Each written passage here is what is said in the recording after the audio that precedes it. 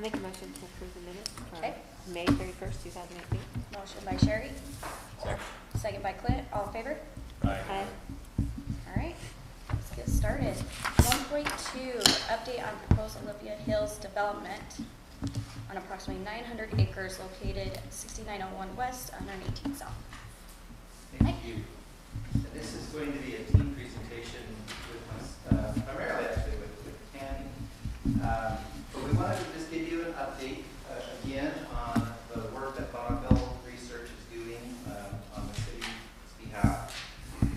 We, the staff, have been meeting with their team weekly, and they've been asking for data from us. They've also been contacting our adjoining cities, Riverton, South Jordan, and even West Jordan, looking for data. We had a meeting this afternoon where they were looking at analyzing each city's developable area and projecting what kind of regional growth we could see in this part of Salt Lake Valley. They've also been looking very carefully at the existing proposal that the county had reviewed and ultimately was vetoed, and identifying some inconsistencies with some of the materials that were presented to the county, and we're learning from some of those inconsistencies as well.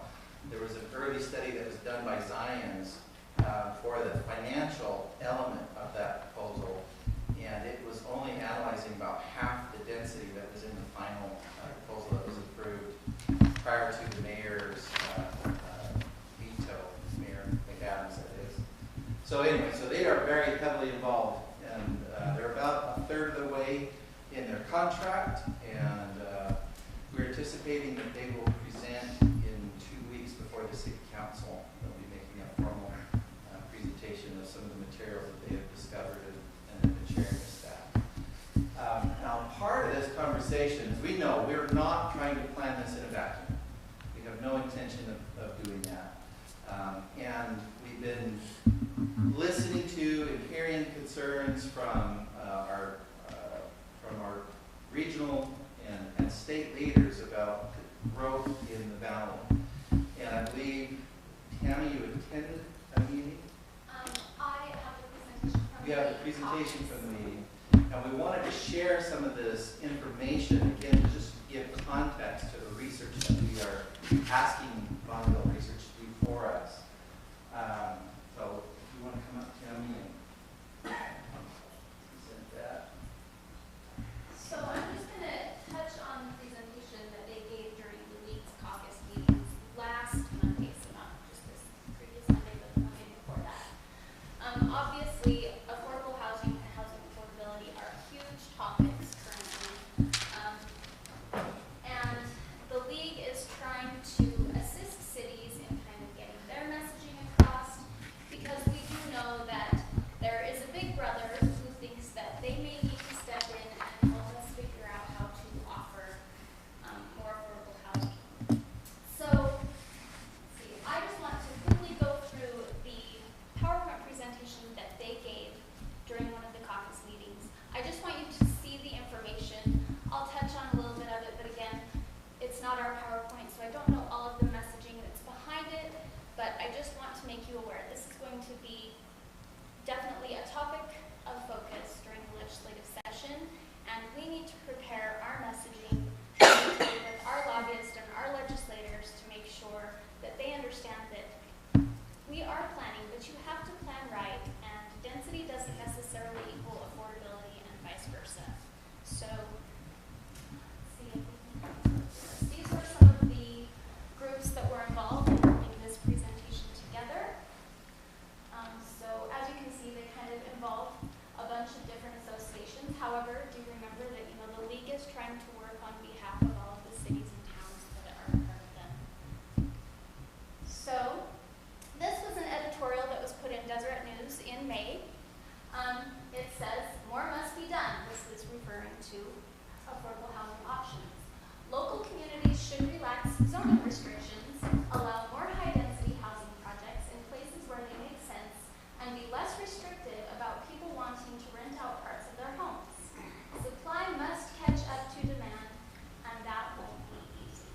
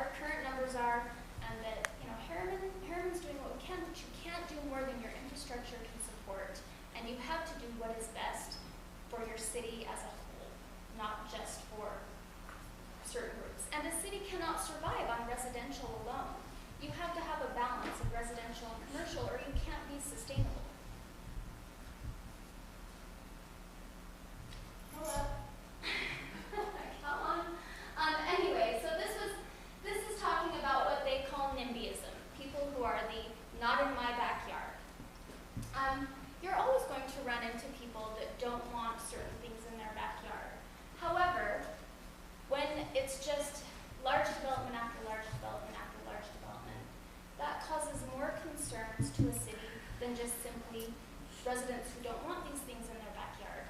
There's traffic issues, there's infrastructure, water, all of these things cities have to take into consideration, and we just want to make sure when we're meeting with our legislators that we're letting them know where our limits are, what we can do, what we can't do, and what type of housing we really can handle in all of our areas. You don't want to fill up all of your green space with housing. This is just another one. It's talking about, you can't quite see that there. I don't know why it does that.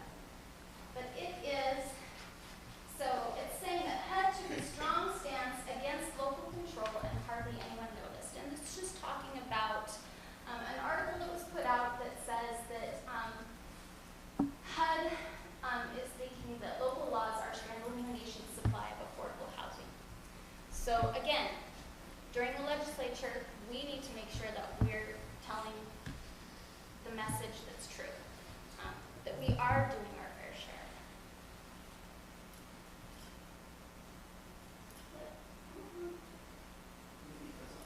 It must need that there in order for me to. Al Michael's the clicker. To go further. You know, and again, you have to ask that question of how can you say that density equals affordable housing? It doesn't. If you look at a townhome right now, 350,000, your average individual who maybe makes 60,000 could not Right. afford that townhome. Okay, let's see. This is backwards or forwards. This is just another.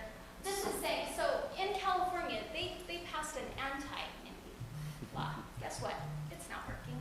That doesn't work because governments have to do what is best for their communities. Local government has to do what works best in their community. You can't just pass a general law and think that it's going to fit every situation.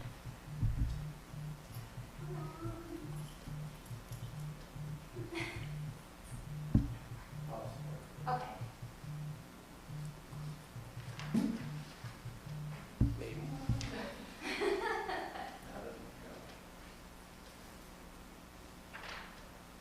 Zero cubic.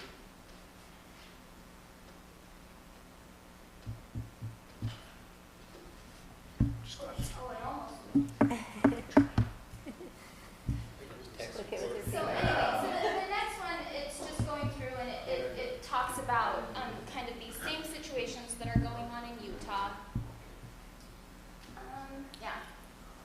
And these may be articles that you want to go back and refer to. And like I said, I've emailed this to the city council, but if members of the planning commission would like to go through this as well, I would suggest it. I mean, it's good information. There's some additional information that follows it that I could also provide so that everybody can kind of read up. The league has given a guide to municipal leaders to refer to as they do their planning. And it's interesting.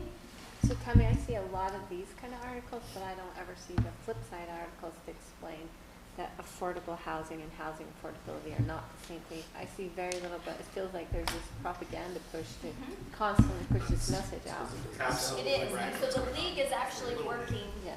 to put items together to give the other side of the story Just and feels to like- talk about what the city is doing. Okay. We'll kind of see some of that now that we've gotten through a lot of this. I mean, this is a great article right here that Forbes put out.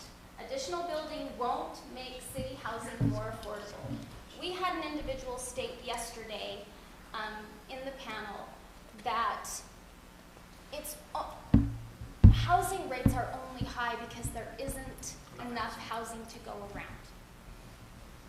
That's not true because we had a situation today, who was it? Somebody was talking about a situation today where in this development, they just keep raising the prices more and more and more to kind of delay it. And what does that do? It drives everything up. So cities don't control the market. Right. We're here to provide services. We're not here to price houses and, you know, make sure that everything is affordable for everyone. We're here to provide services and do the best for our communities that we can. The garden report, everybody's heard of the garden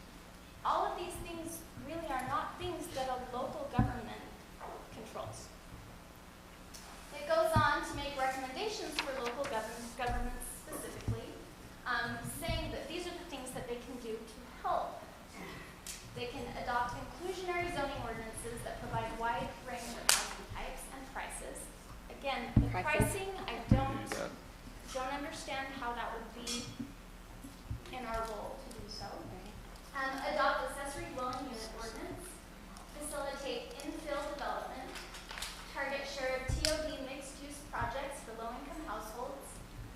In regards to revenue, we could waive or reduce fees for affordable housing. My only thing to that is, then who's picking up the bill?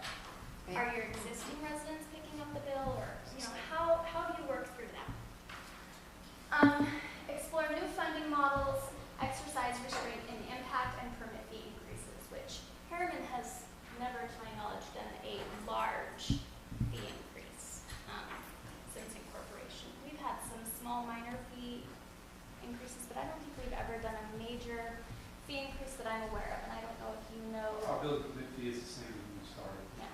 Plus, you have to justify them. If you're going to increase your impact fee, it has to be within the law, so it's all Well, because regulated. again, our costs are rising as well. So Yeah.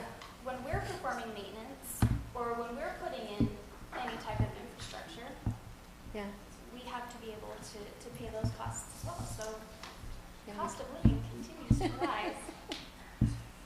Let's see. So this just goes through and it talks about each state and affordable units and available units per 100. So in Utah, we average 33 per every 100. This is basically renter-type households. So really, we're right in the middle. And when you look at it, I mean, we're almost the vast majority in the nation. We're in that group of the vast majority. That seems to be what their range is. Again, this is just going through the average gap. It's going through the different levels. So there's a three-pronged push on local government. We're filling it. It's there. And we really do have to devise our plan of how we're going to address it while stating that there's only so much that each city can do. So this is the league's lines of rebuttal. They're saying there's not a one-size-fits-all fix for this. You can't just think that just these 4 cities on the west side are going to be able to take all of this population growth. That's just not possible. So, you know, they refer to some of the House bills, revenue, efficiencies, and they are also doing a general public outreach. So they'll do a survey and ask questions, and that information will be provided to all of the cities. But this is how they want us to prepare, because they do feel like local leaders should lead. We are the ones leading. We should say what works best in our communities. So these are the questions that we're going to ask, and this is the information that we want to make sure that we're providing. In regards to infrastructure, what the increased costs are. So they're saying, you know, their question to state legislators is, well, who should pay for the impacts of growth then? Is it the current residents or the future residents? The current residents have paid. With revenue streams, what are they? Housing, zoning and regulatory costs. These are all of the things that we need state legislators to consider when they're trying to impact the decisions that we're making in our communities. The league proposed resolution with housing component. These are just a few of the items that they're addressing. And if, for city council, those of you that are signed up to go to the conference in September, all of these issues will be discussed again, and they will have another caucus on Friday that you may want to attend. And the league actually made a recommendation for each city on which caucus they should attend. Obviously, it's always a good idea to maybe split up and attend a few of them, but for Harriman, they recommended the rapid growth cities. So, the next slides are just, I think that's it, right? Yeah, that should be it.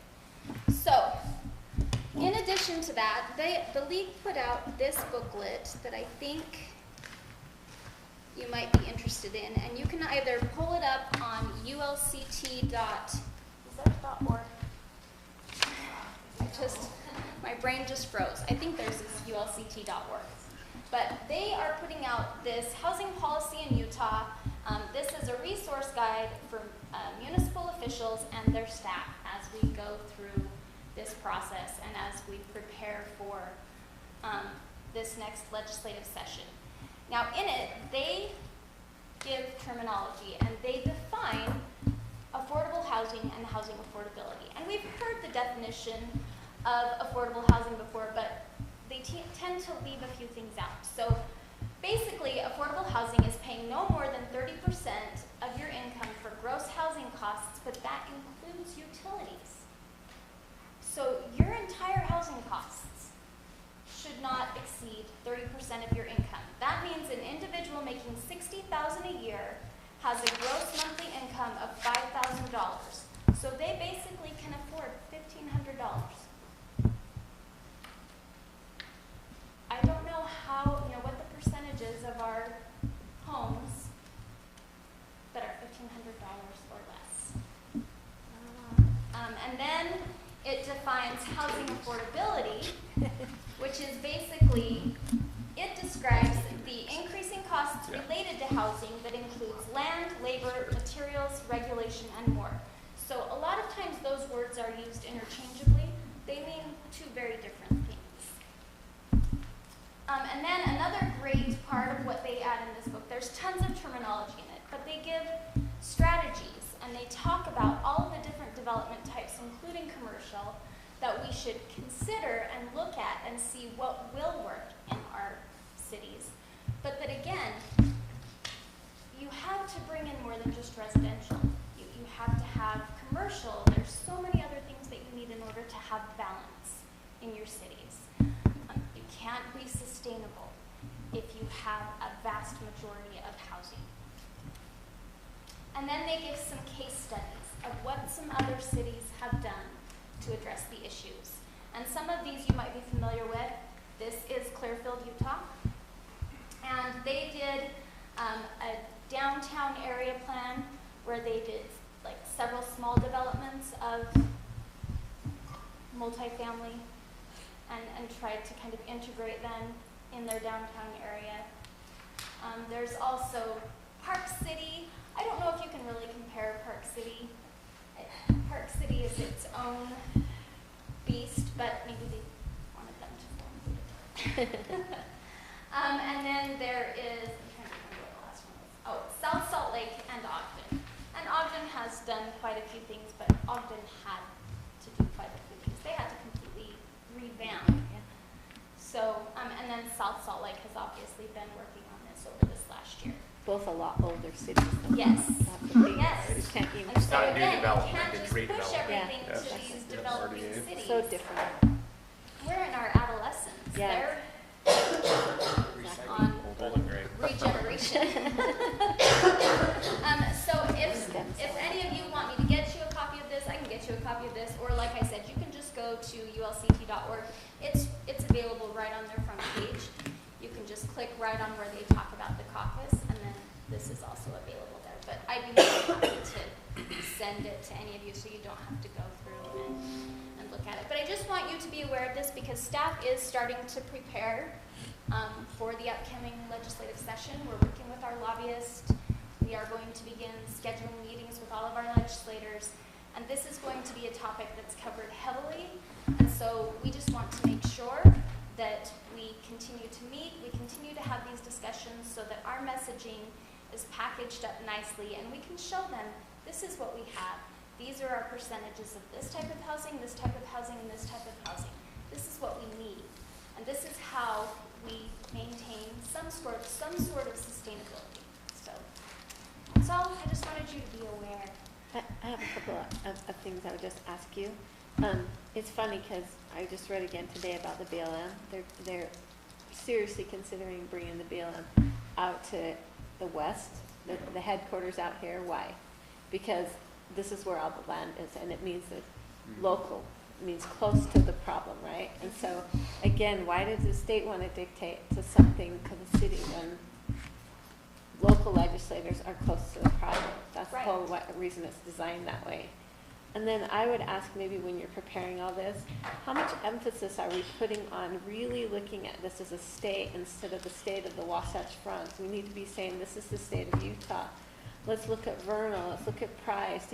These are hubs to the potential for some real good growth and good economic development. And if we could find some industries that could solidify the economy in those towns, then those towns can absorb some of the growth, and it's a benefit to the people who live there currently, because their economy doesn't do this all the time. It's an excellent point, and that is actually something that we did talk about yesterday. If you bring industry to some of these areas that sit in these smaller areas that are less populated and almost, kind of in the middle of the state, you've got to remember there's more room for growth than just this section of the Salt Lake Valley. Yeah, and that's how I feel. It's just constantly pounding here, and it's like, I watch Vernal do this and this all the time based on the oil industry, right? Well, let's figure out some way to solidify their economy. Price used to be booming when the mining industry was there, and now it's just shrink, shrink, shrink. But they have the potential and the infrastructure to grow once again and be a thriving community if we can find something that would solidify their economic base.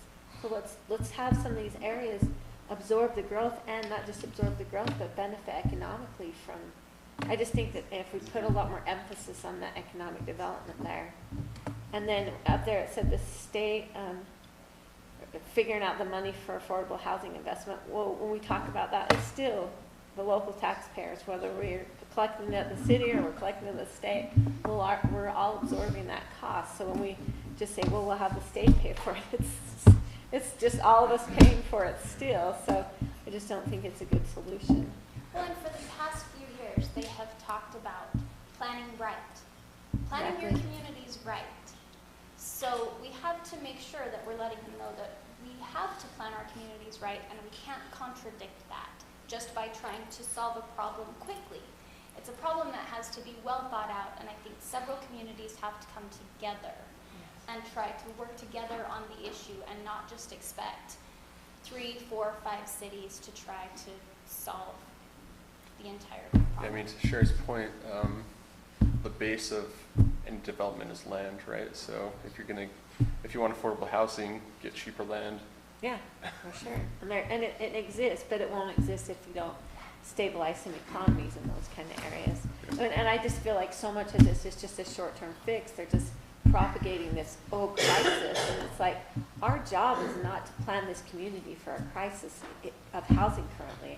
Our job is to plan this community so it's a great community for many, many, many years down the road.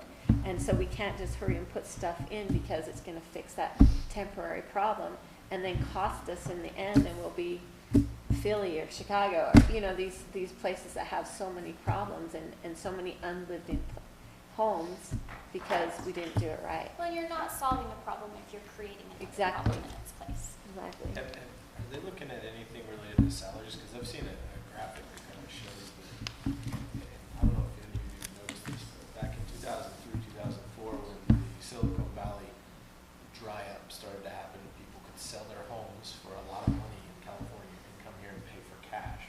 And it inflated the economy really, really quickly, and then the recession stopped it. And I think we're still in the same flux where basically, the Amazons and stuff are encroaching into the West, and they're bringing the dollar figures in. The salaries aren't, and the Right. cost of living is not. The cost of living So is not matching. more, it almost seems to be more related to the salaries are supporting the home than necessarily the home. Is the league looking at any of that? So that's one of the issues that they want to talk about during the caucus, which is on the Friday of their convention. And that's where they want local legislators to attend and to offer input and to kind of brainstorm different solutions. And then we have meetings with the league every month where these things will be discussed. And we're trying to put together, like I said, a really nice package to be able to make the arguments for local government, to understand that the controls should remain with local government because they are working in the best interest of their communities. And new people do move in here. You can't say that cities are pushing out all new people and only willing to keep who's already here. That's inaccurate. 90% of So, our communities moved in the last um, decade. But they did, one of the items that were brought up yesterday is that people are still moving here from California because they can still sell their home there and come here and pay cash. It's still happening. It's not diminishing as And much it's or as not just quickly as we thought California. it would be. It's not just California. I It's, was talking to some of the researchers that New Jersey, they've apparently had a lot of people come from New Jersey and from that area because they can sell their houses, come here and pay cash, and it's no big deal. So it's coming from both sides. We're just, I have 3 neighbors from Massachusetts. Yeah. So, but we'll give you guys updates every time that we meet with our lobbyists and our legislative groups. We'll bring that information back so that everybody kind of knows where the league's going with this, how we're all working together. I even know that, you know, mayors on the southwest end of the valley are working together to try to see how we can address this and how we can explain to the state that, you know, we're managing our areas and we're making sure that we're growing responsibly, but we work in the best interest of our communities and we should be allowed to do so. Yes. Thanks. That's all I got. Okay. So again, this kind of information is also part of Bonneville Research. They are aware of these conversations. Ultimately, again, what we ask them to do is to identify what is the carrying capacity of that property, what is the maximum gross dwelling density without harming our values, our objectives as a city, without harming, compromising our quality of life here in Harriman. So all of this is going to be factoring into that study.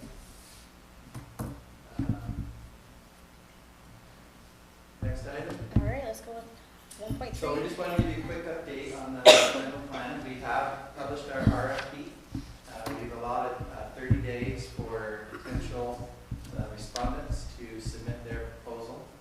And then we'll go through an administrative review process and select the most qualified candidate to work with us. We will be initially asking that whoever we contract with for services to do a thorough study of where we are right now, essentially developing an existing conditions report. A lot of general plan documents have that kind of where are we now portion. I have seen where that document sometimes is published in a separate document so that when the final general plan is published, you focus just on your vision, your goals, your objectives, and then we can even administratively just update that existing conditions report as new data becomes available. So it just becomes a collection of who we are as a city. So we'll be asking them to work on that. At the same time, Tammy and I have been talking about how we're going to engage the community, get the word out on the general plan. We're going to be doing various social media response exercises with the community. I'm really looking forward to getting a better grasp on what we care about, what is a quality of life that we want to try and build and preserve. What are the values of Harriman? So we're going to be identifying specific exercises, relying a lot on social media and communications to be able to And going do out of the that. box. Yeah. Out of the box. We're going to be doing lots of different things. We're not going to be relying solely on our consultant to do that. Our staff will be very involved. We've even talked about doing like neighborhood meetings. I've even done living room socials where somebody just invites a pair of staff members to come in and just have a conversation, just like almost like a fireside chat. So we're going to be doing a lot of that work through the fall. And then in the first part of next year, actually drafting the plan and having a plan that is ready for public review, and we're going to be reaching out and going out to all these different community events that we participate in and finding ways to get that draft plan out to the community very hands-on. And then by essentially this time next year, hoping to have a final draft that we can start going through the adoption process, of course, involving the planning commission and the city council. So that's where we're at on that. Any questions on the general plan process or any specific thoughts? I know last time we asked you if you had ideas or suggestions of what you'd like to see us do. If you've had any since then, maybe send an email or break something up now.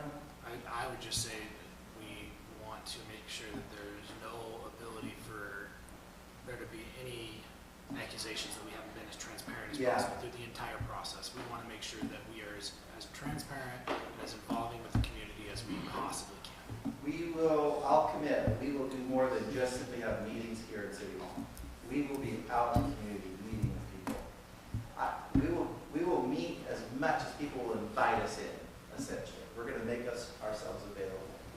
So, okay. So this was an issue that came up at the Planning Commission. We've been working on this. We've had some significant concerns come up on accessory structures. And before we took the next step on drafting an ordinance, Craig, I think you were going to talk about this. Is that right? Hey, Mike, one quick question. Yes. So I mean, we talked about the state and their view on the development and Oh, where they're seeing density, but were we still going to have the proposed Olympia Hills development and the update on that? Because I feel like we skipped over that based on the slides that you guys. so all we were just trying to let you know, we're meeting again weekly with the consultant. And we've done like an on-site visit with them. They will be presenting some material to the council in 2 weeks. We just want to let you know that we are working very closely with Is that the them. same material that's the image that you sent over to us in the? Yes. Okay. Yeah, where in the packet, we shows the annexation declaration policy that does include that area. We're anticipating that this study that we do will actually become the data points for our new annexation declaration in the new general plan. So we're going to be using that information in the updated general plan. Okay, because I just noticed some of the material on that image, and it might be wrong based on that might not be what they bring to the table, but I mean, we're talking about 20 units per acre, 11 units per acre, 4 units per acre, and that's all they propose for the house residential. If we're bringing that up. The map that they proposed to the county, Yeah. So that's all that was. Yeah, That's that's just a, that's the latest stuff that the public, that they gave to the county, nothing since that. So you guys have come back with anything different? Okay. Well, we did work with them, I know they're going to do some work, all over the kind of study. So we're not showing you any updated stuff today. All we're letting you know is we talked to the council, we want the planning commission to know this information we fed you as well. But we didn't want to keep you out of the loop, but that's why we're telling you. Okay, I just saw that, and I was a little surprised by what I saw, I guess. Yeah, that's the document that caused all the commotion. Sure. And so I just didn't know if that was still what they were bringing to the table, or if they were changing when it said the update on the. this was the old one. Okay. As of right I'm on now, board. we We haven't don't have seen- a new one, basically. It'll be Yeah. 2 months Yep, that's before we fine. get down to our study. That's fine. Just want to make sure. Well, maybe I can ask you, Mike, in that meeting yesterday, the Real Board of Realtors, they talked about three other landowners along the west slope. Do we know where that is? Because I couldn't find anything that showed where those, because he said they're talking about future development by 3 other landowners. Yeah, this is the video that we were talking Yeah, about. the Board of Realtors, yeah. They refer to the Bastions, Jones. the Joneses, and I think both of the other ones were up north. So They're like in further West north. Valley. So I think the Bastions was the one that really affects us down here. And I'm sure that we can get some more information for you about which property owners are who. And they said there's a western, like a plan for the whole, this side of the valley, from here up to. Yeah, Craig's Magnet. mentioned, is it possible? There have been several plans. The county did a plan, I think, or county about 20 years ago, 2 years ago, before daybreak. It showed massive, huge multiple city, more density than even we described here. So there's been a couple different plans. So I don't know which one you're referring to. And I don't know what they were, that's why I was wondering, because they referred to it in the meeting yesterday. get specific. But I'm wondering if Bonneville needs to take that into account too, because it's probably not gonna stop with Olympia. There's gonna be more north of that that's gonna affect our carrying capacity through here. And the county is, already studying the West Bench. And it's important to always continue to remember that this land technically is still county land. Right. But the county seems to be studying the West Bench a lot, but notice we never ever see anything, solid plans to do any east-west corridor. Yeah. But they sure want to pack So a lot of houses out thing here. I never No see is anything about transportation. actual infrastructure. Yep. No.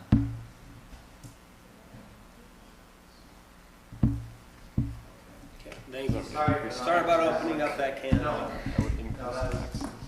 thank you for the question. Okay, Craig.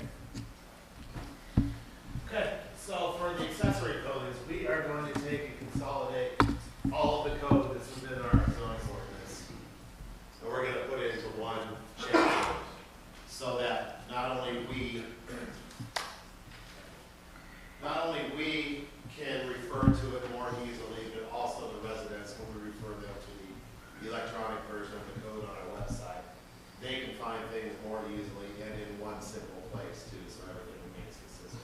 So anyway, we've already talked to the planning commission about this a couple of different times, but we realize that the city council hasn't yet, I don't think, seen some of the stuff that we're dealing with right now. The majority of it is pretty straightforward. We're just taking the majority of it out of the ordinance as it sits today, combining it, consolidating it, and making it consistent. But we've had numerous residents contact us. They find hardships with our current ordinance the way it sits. And it's due largely to the odd, we call them the oddly shaped lots. It's not that they're really odd, but maybe disproportionate or whatever. So, let's see here. Okay, so first of all, there's two different really ways we can do it. Well, aside from the fact we can just change nothing, leave everything as is, and then the people who have a problem with it are just stuck with the same problem, and we could be okay with that. That is a legitimate way to do it, actually. Or we can also try to handle all the different circumstances in the ordinance. Try to assume when buildings are turning different directions, when side yards are disproportionately large, when rear yards or front yards are disproportionately large. That's a lot to try to deal with in a structured ordinance, but possible to at least maybe get down to some generalities at least.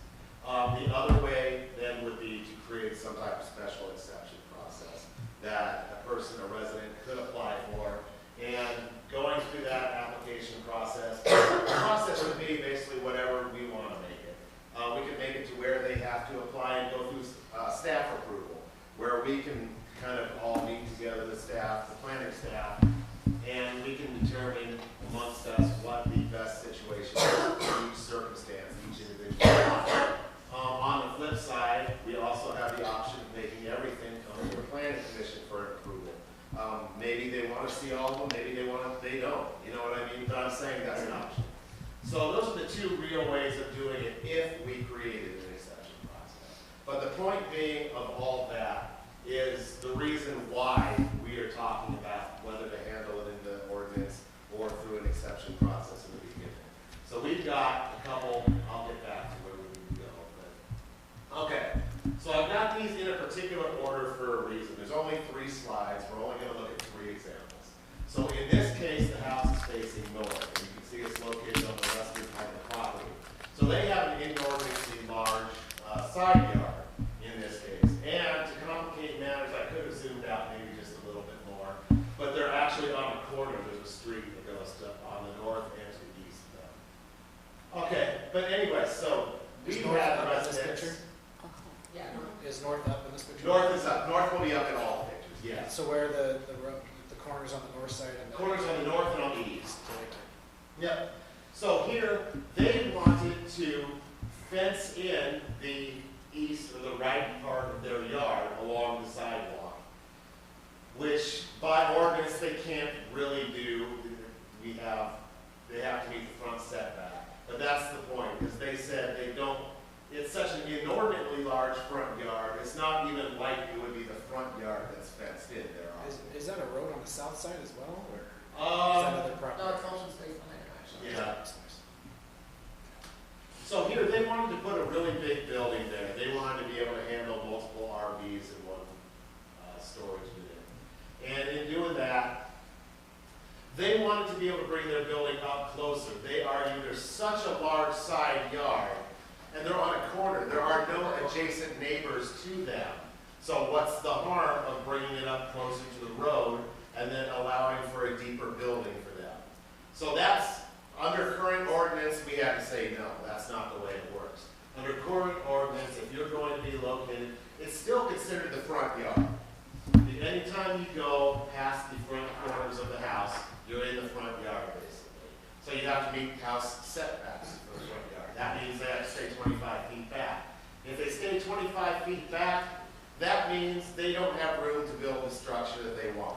That's why they propose they build a fence in front, and then they move it up closer to the sidewalk. But it's behind a fence, so it doesn't seem as intrusive, which is reasonable.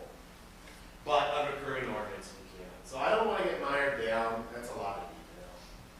But bottom line is, we have to figure out what can they do in that side yard. In our current ordinance, they can do, as it reads, is you can build an accessory building that goes up to 25% of your backyard. Well, that basically means their backyard is, yes, thank you. It's defined by that plane right there. And so by our ordinance, literally, the size of their accessory building has nothing to do with the size of their side yard in this case. They're actually limited to 1/4 of that backyard, regardless of the fact they have tons of room on it. So none of this area can be built for an accessory structure. That's right. None of that can. And all of that area, while it seems like it could be used by ordinance, that doesn't count towards the size of their structure. They get to count 1/4 of the backyard as what they can have a To building. confirm, do they have to place it in the backyard or it can They intrude don't on the side have to yard? place it in the backyard. Our ordinance allows them to place it in the backyard or the side yard. Their setbacks change, It could be in. but sure, they can put it anywhere, that's right. But it's only the backyard square footage that counts towards their calculations. So that's something that needs to be addressed. We can address it by saying if you're going to put it in the side yard, it can be 25% of the side yard. We can also say you can put it anywhere you want, side yard or backyard, but it can only be 25% of the combined side and back yards. Either one's a good process. It's if there's any particular preferences on how best to handle that. But the way it's sitting today isn't working very well, just using the rear yard alone isn't giving enough justice to the people who are trying to use their differently shaped lots. Anyway, so that's number one. You kind of see what we're dealing with there. Okay, so this house is facing towards the cul-de-sac. So now they've got a front yard that's all the way out in front of the So house. this is all front yard. Yep. So they want to build a structure in that front yard. Makes sense. It looks logical. They want to put an accessory garage. They want to put it facing the street. And they don't, current ordinance says they would have to keep it 25 feet away from the property line. Now that might be totally fine. Their point is they don't like it. So you decide, do you like it? You know, you can make an alternative to where in a situation like this, they can be 8 to 10 feet back from the property line, or we can keep it, that front line, or the front setback of 25 feet is the determining factor, even in this case. That's possible. But there's nothing that says they can't build in that space. There's nothing that says they can't build, they just can't, in this particular case, you're exactly right. They can build, but they have to stay 25 feet back from the sidewalk, is what they're talking. And that, their claim is that makes it almost totally unusable. They lose a lot of building by doing that. So that's gonna be their argument. And then, so it's up to us, you, the council, and the commission. Is this an agricultural zone? Right? This is in a residential zone. It's a residential, actually. So in some of our R zones, you can build an accessory structure. You can build, you can always build in the front yard as long as you're in the front yard. That's the only factor. Greg, one question. Is there Yeah. any specificity as far as do they have to match the aesthetics of their building? Yep. Okay. They're, a detached structure, especially in a residential zone, has to match, has to be made of similar materials and be similar color to the main dwelling. So that is something that's currently on the notes in our ordinance right now. So the question is, really in this case, do they lose all that usable space just because they're technically in the front yard, even though they would argue it's not really a standard front yard that a normal house would have. So that's something to think about, something we can talk about. And then the last one, is I saved this one for last because it's sort of kind of a combination of the two. So they've got a little bit larger side yard, they've got a little bit larger front yard, especially along the, yep. So you can see already by where the ground's cleared off, where they want to put an accessory building. And, yep. Is that, Exactly. that looks like that's supposed to be a road through at one point, is that? It's not supposed to be a road. It's just a hammerhead. It's just a drive. That's what they want to be their driveway to their building. Now, they would like to put their building as close to the edge of that hammerhead as possible, and they would also like to put that building as close to the south property line as possible. Under current ordinance, they've got to stay 25 feet back from that front, that south property line. If it was in the backyard, what would their setback, what would their setback? In the backyard, the setbacks are 3 feet. So help me, before we, let me just understand what you just said there. Sure. Which plane is considered the front? That's a great point. I mean, the front yard is still clear. Anything in front of that extended line of the two front corners. So of the they would house have is to the keep front yard. 25 feet from what? The south south property. line. From Right the there. south line. So they have to keep back 25 feet from the Yes. south line. Is it the south, the farthest south line, or is it the edge of the driveway south line? Farthest south. Now, if they were building over that part to the east, then they would have to stay 25 feet back from that. But in this case, they're not overlapping. And they have to, on the side that's running up the east, that little cutout, the side that's running up the Uh-huh. east. They have to be 25 feet back from that as well? They don't have to maintain 25 feet back from that, just the south line. They could probably get away with a side setback from that corner there. So they could probably potentially be like 8 feet back, 8 to 10 feet back from the, But the point is, it's all a matter of interpretation. Yeah. It's almost impossible for us to make that call. and the argument is, it really comes down to, do you think that 25 feet back for that garage is reasonable? And maybe you do. Again, that's not what I'm prescribing today. I'm saying, here's the issues that we're dealing with. Here's the issues we have talked about in Planning Commission. In Planning Commission, they seem to have been more or less generally agreed that 25 feet isn't reasonable. But that we can basically turn the garage, in essence, changing its front yard to a different front yard of the house. It's in the side yard. And that's where side yard versus front yard starts getting into the whole mix too. But basically, it'll be facing east, it'll be facing to the right. So, now we can use the side setback along the south, which means it could be 8 feet from that south property line. Now, you can argue that's not enough, and you can argue that's plenty. I mean, either way, doesn't matter. They want to be right up against that property line, is what I can tell you. They want the 3 foot. They would love a 3 foot, absolutely, because it's right in line with that driveway, with that hammerhead. And they don't have it. They're adjacent neighbor, and we have to take adjacency into it. That adjacent neighbor is quite a ways off that.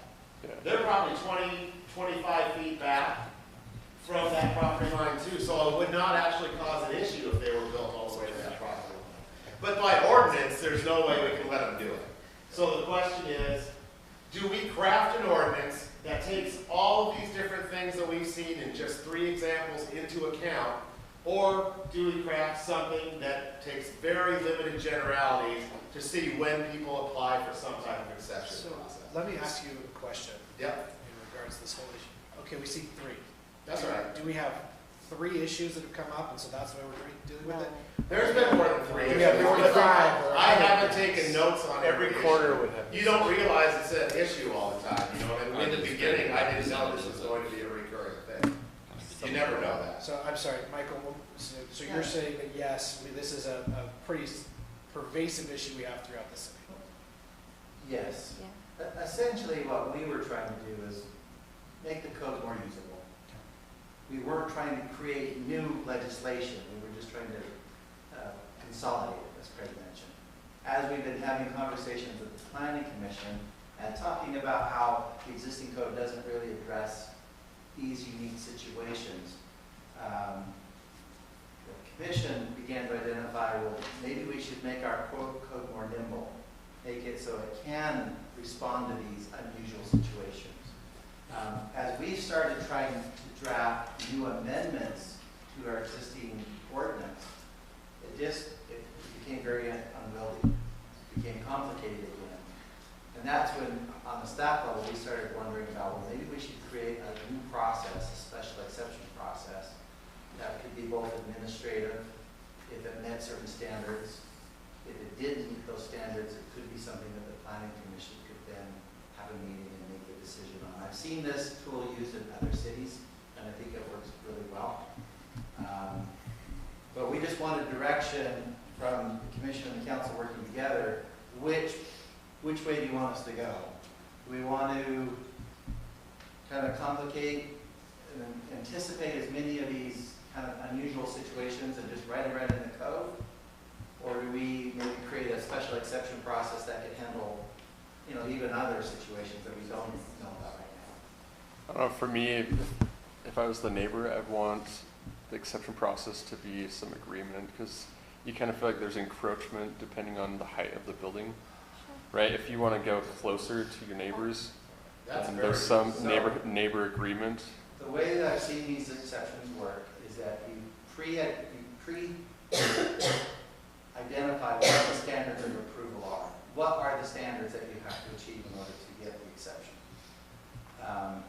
And then if they don't meet those standards, and essentially the applicant's not willing to adjust to meet those standards, then they would come to the Planning Commission and basically plead the case.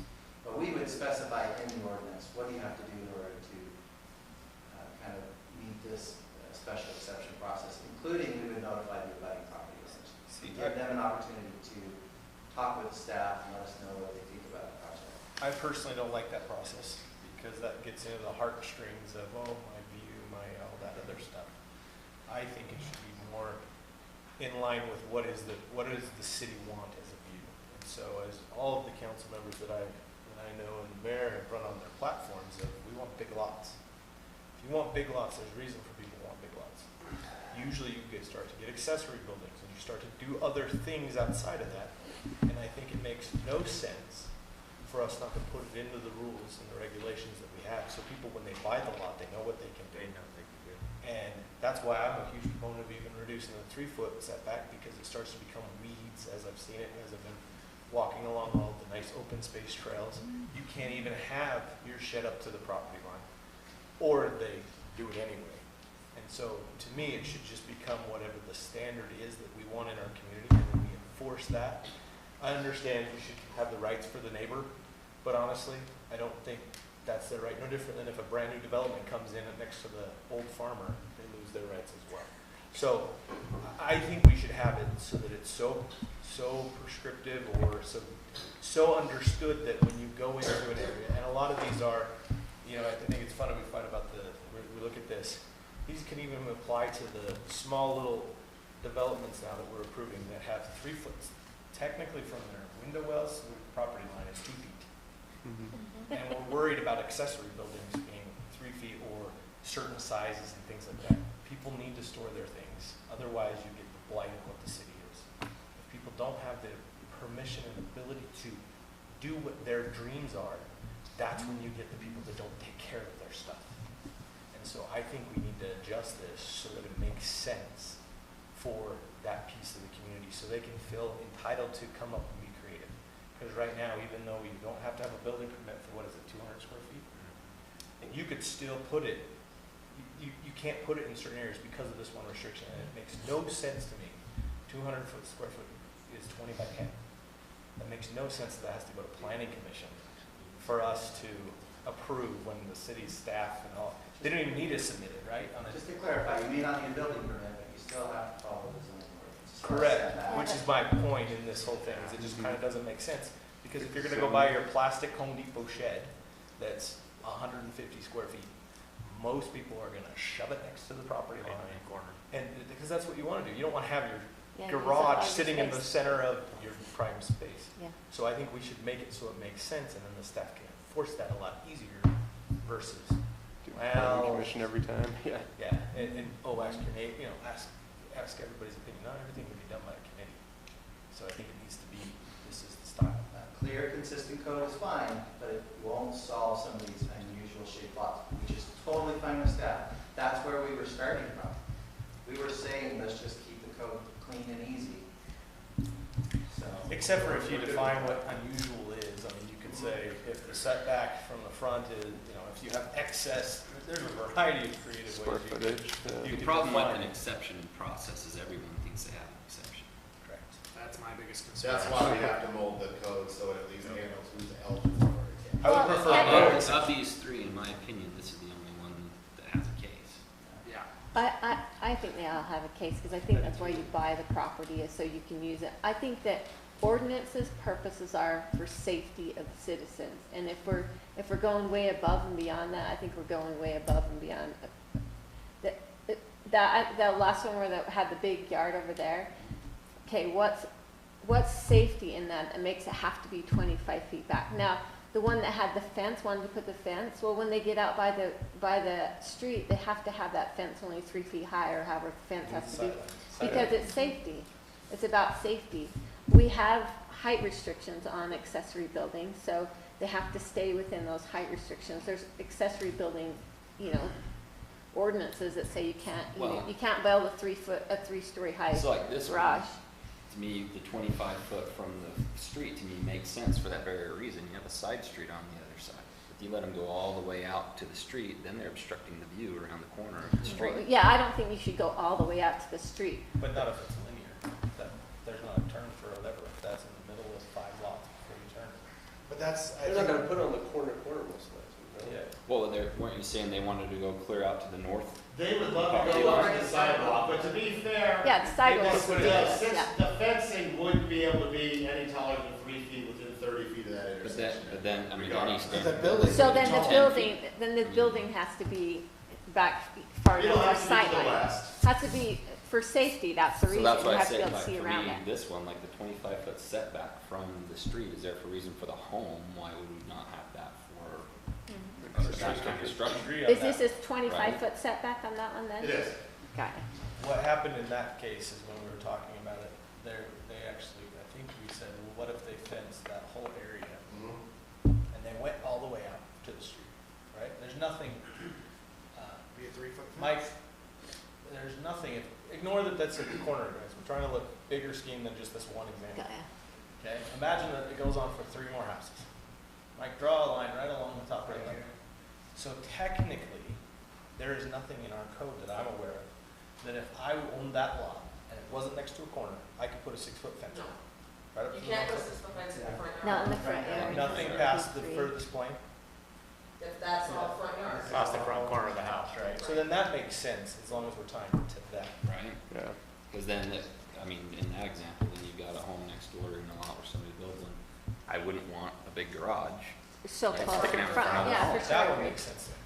And then even in the last picture, the last one, But you could build that 3 feet off the back property So- line and still have a big so and with garage. setbacks on this, because let's assume that the home below it has, what did you say, it's 8-foot side yard setback? Yeah, that probably, because that was a corner at one, well, it would be 8 foot for the top homeowner, the one below is probably 20-ish. Oh, no, but if they were side by side, it's Yeah, 8 they foot would be- side setbacks. It would be 8 right? feet, 8 feet's the minimum. So if their home they'd built where it was 8 foot from it, why would we not have the garage be 8 foot from it as well? Yeah. That's, And I that's think this, how I like you see said, that. this one, I don't know, I mean, this is where maybe you can change the code a little bit, and I agree with that. We need to codify it as much as we can. Yeah. It's as tall as Because I've the heard, house. and I apologize, I'm kind of squirreling a little bit, that since I've been involved in all of this, the argument for the planning commission has been, the planning commission just takes the code, says, does it fit or does it not? Yeah. And when you start going too far away from that, you get into subjective decision Yeah, making, opinions. right? And that's when you get into. So line. the issue here is that the code says that that's the front yard and you have to have a 25-foot setback. That's Or right. can we adjust it to where it's, My concern. it's tough because there's different situations, but in this case, to me, the 25-foot setback should be from where the structure's Corner, facing. yeah. You bet. Yeah. This one to me is And probably then the all the other biggest anomaly. setbacks should conform. Rotate with It it. rotates Yeah. with it, yep. To be honest though, I mean, I'm gonna ask the planning staff, we rarely have this kind of exception. For this one with the. This type of Agreed. lot, very, very few in the city, yeah. Okay, the one I think goes to the next one, not. What the about one- the I'm looking at this What one going, about every this? cul-de-sac This in my one to me neighborhood is the just- one that's the bigger issue. Yeah. Because cul-de-sac. I'll talk to the the horse owner people. My hunch is they would probably wanna put something up there with animal. For sure. Is this, but this And is. what Or I- a garage, or even if you This have a is garage in facing a residential. house. So- Again, This it's is not not the one horse. twenty-one, We're, so they could have a horse. yeah. Oh, yeah, So I'm they saying- will have animal rights. I'm saying, we gotta look, ignore all the zones, ignore north, south, east, west, it doesn't matter. It's trying to make a standard, and Mhm. that will be an issue, is because everybody, if you, I know if Yeah, you were yeah. thinking to move into a subdivision, that's exactly what you would be thinking of, where can I put my horse stable? Yeah, you could put a barn right in that. Well, and so if there's an adjacent lot to the north, Which right, there is. their front yard is facing that way, same thing, do I want a big garage sticking out Yeah. from my Right, front yard?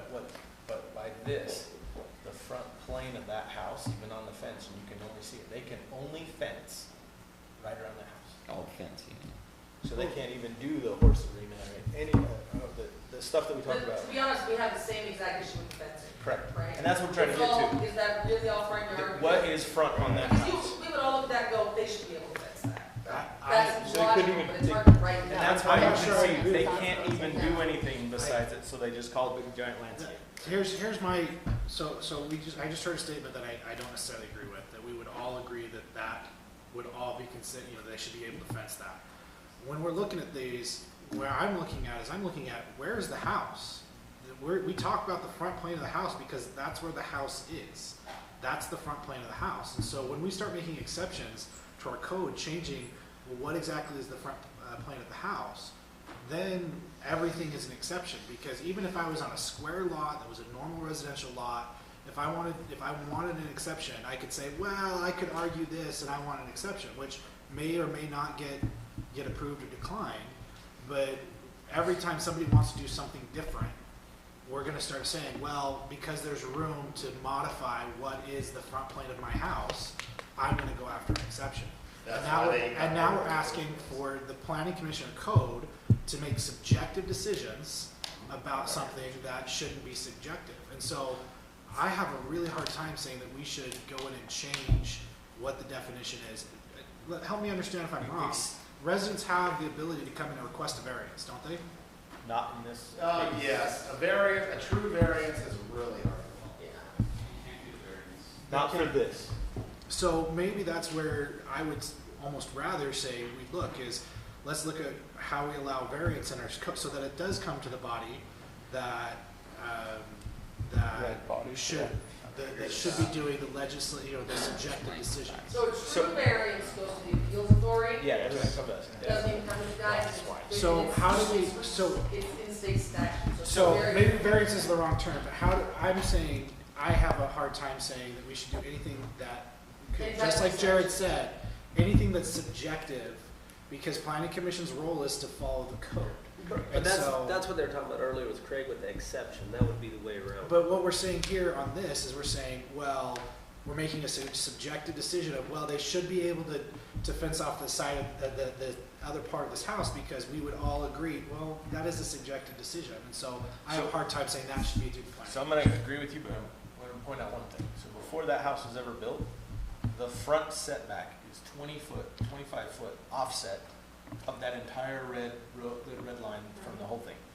So in my interpretation, that's the front yard.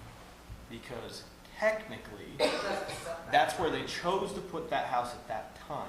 Yeah. But anybody, their next door neighbor, could have assumed a house right up to that So 25 that's where I was going. So to me, that is the front yard.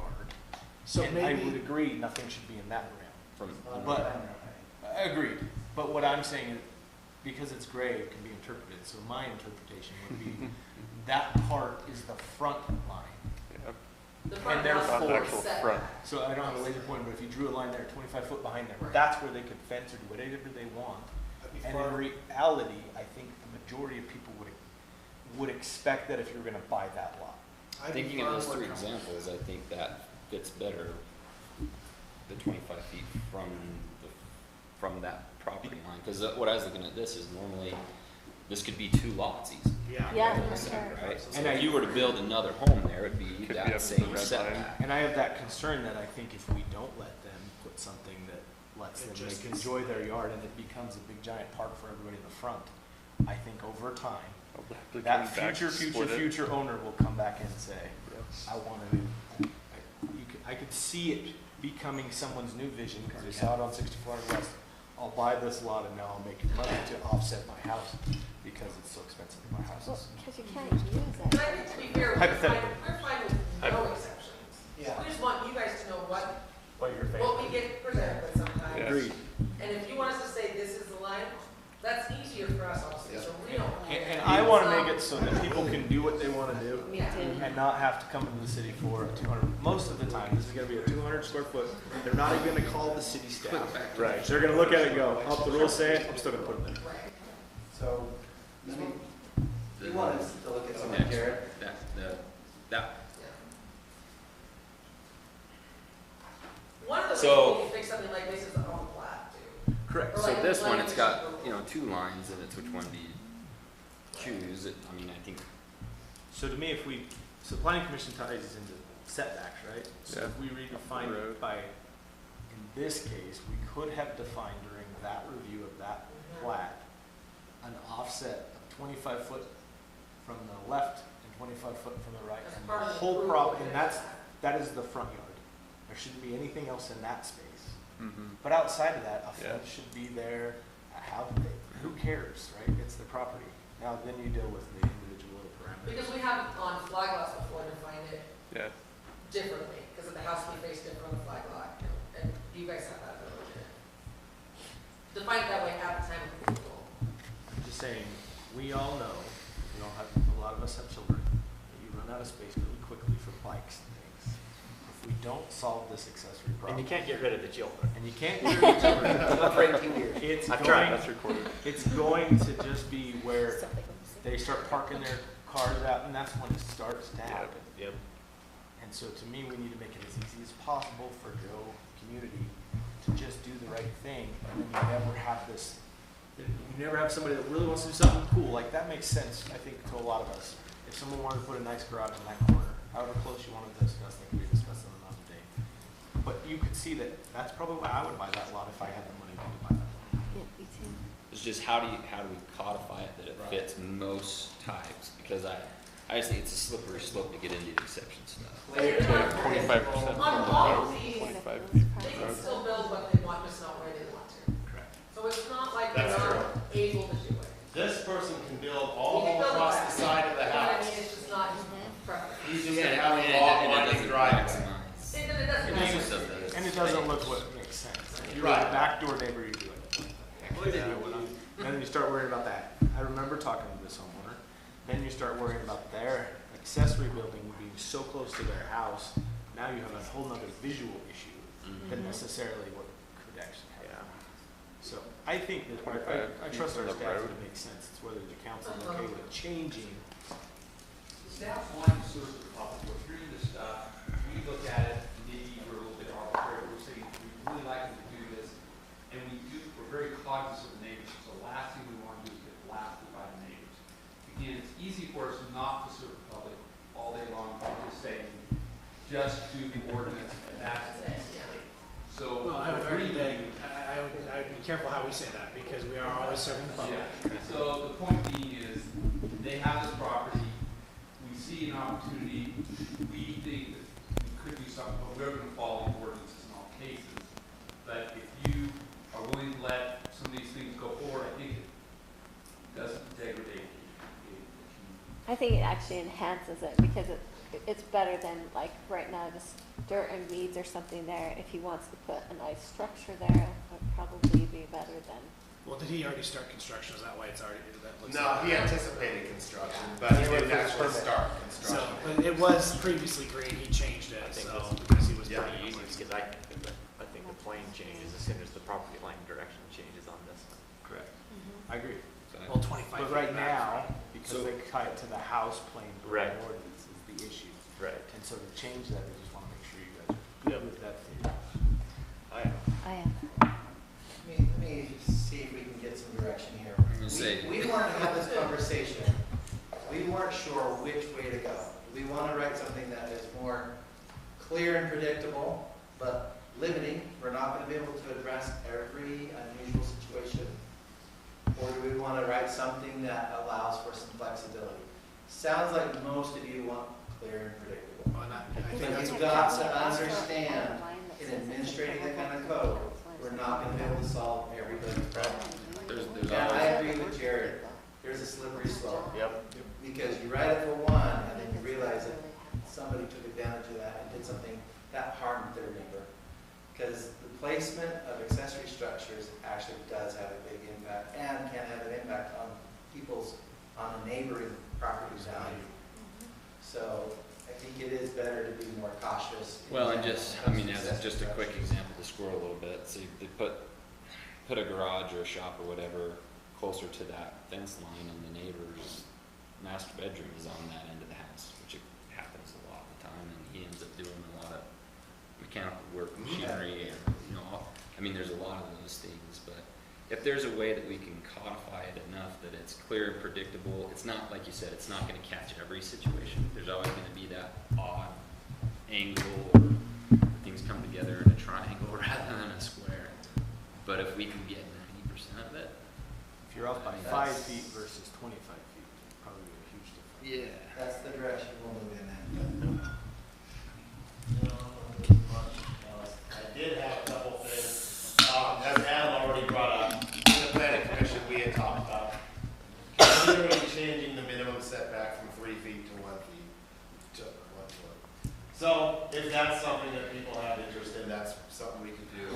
Like you said, we're creating space that doesn't get maintained properly by them anyway. It creates weed patches.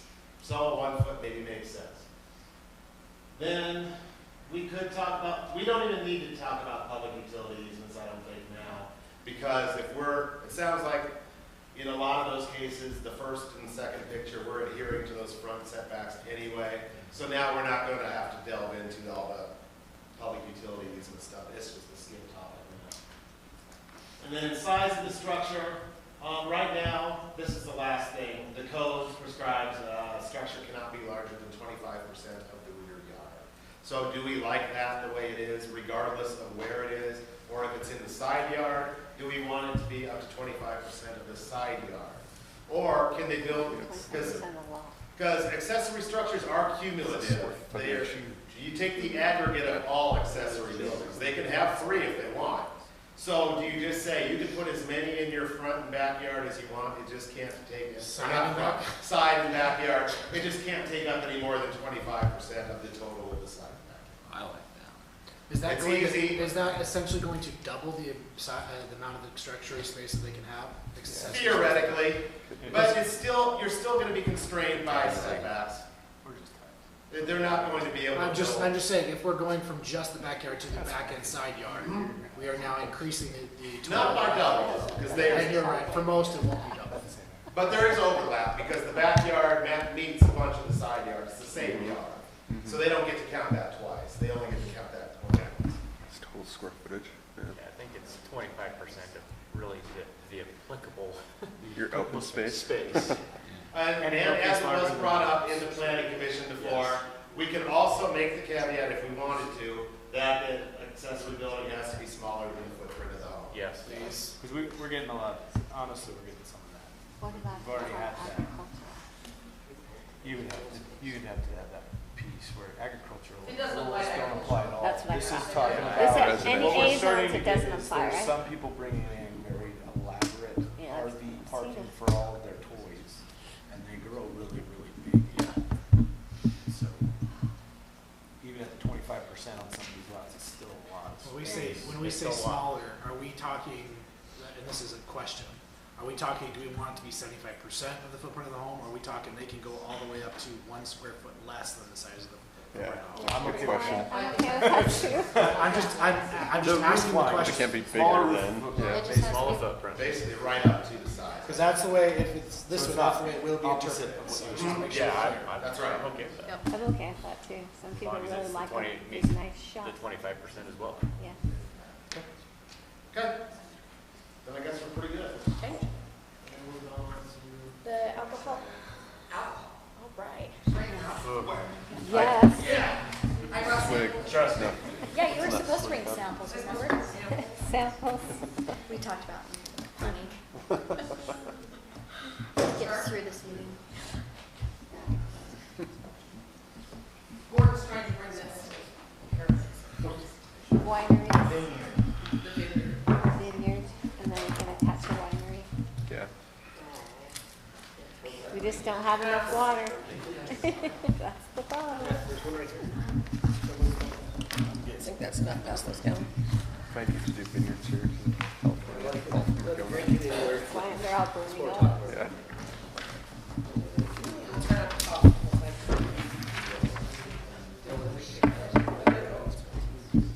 Ooh, are we getting an airport? All right, Airport lounge. so we talked a little bit about, Lounge. we talked a little bit about needing to update our alcohol regulations in the ordinance. Some of this is due to changes in the state statute.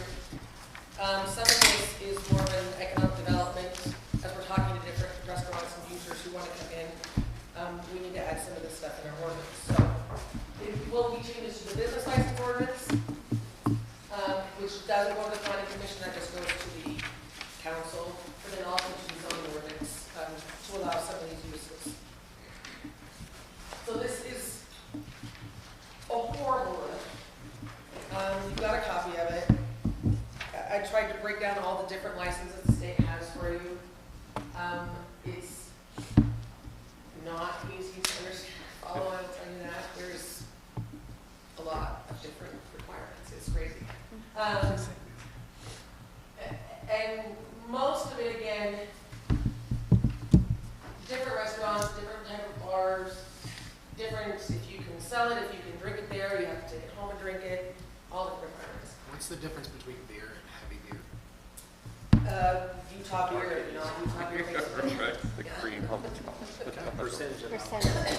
Well, I figured, I just Yeah. wanted And to maybe be you'll sure get it's into clear. this, but which of these are currently allowed under her?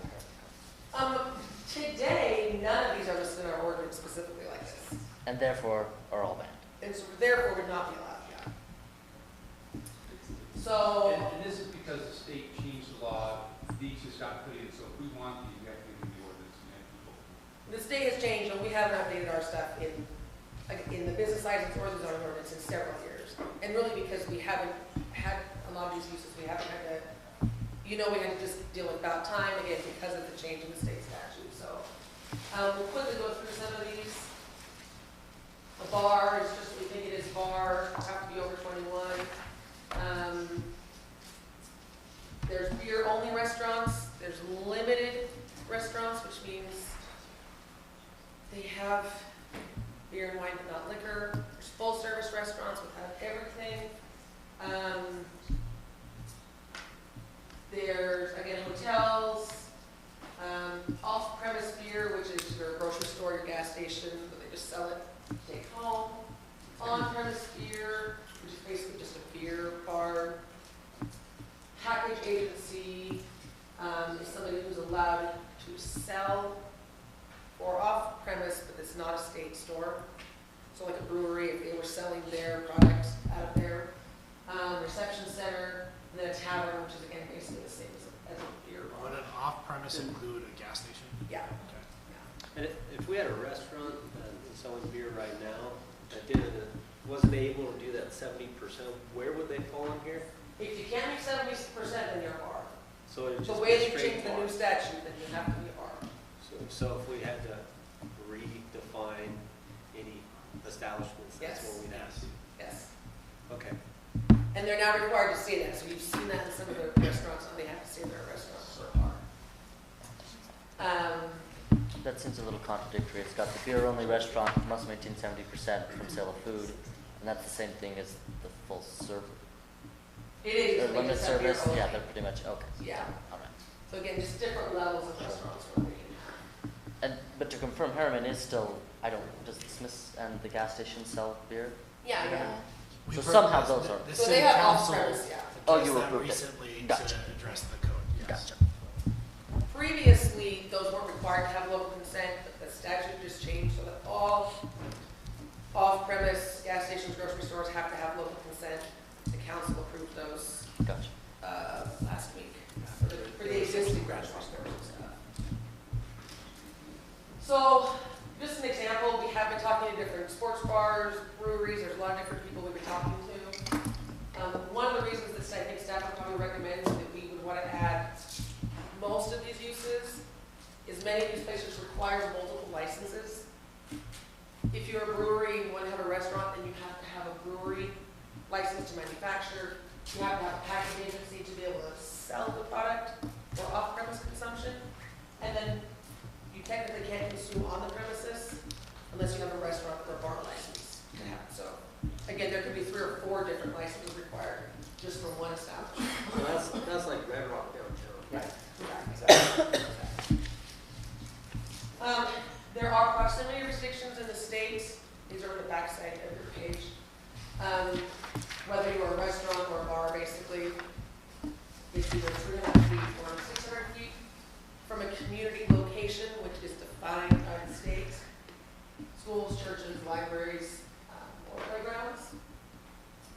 There's no restriction between residential in the state code.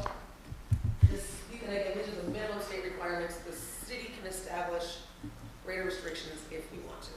So how do we, so some of those strip malls, let's, like right now, like by Arctic Circle, that has Okay, like yep. 7 or 8 different Yep. places or something like that. If we had a sit-down restaurant that wanted to go in there, but they decided beforehand to rent out to a church entity, they wouldn't be allowed to, is that correct?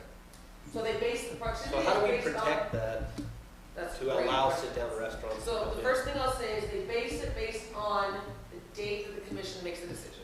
So if the church comes in after, or the park comes in after, right next door, then that doesn't matter, as long as the restaurant's there. But what if first. it goes into one of those rental places? But yeah, if there was a church per se in that strip mall, then a restaurant could not come in next door. Unless Which it is one of came the in reasons we before, talked about maybe Unless it was already there. unless it was Yeah. already looking at there. what we allow in Is there a way to protect that?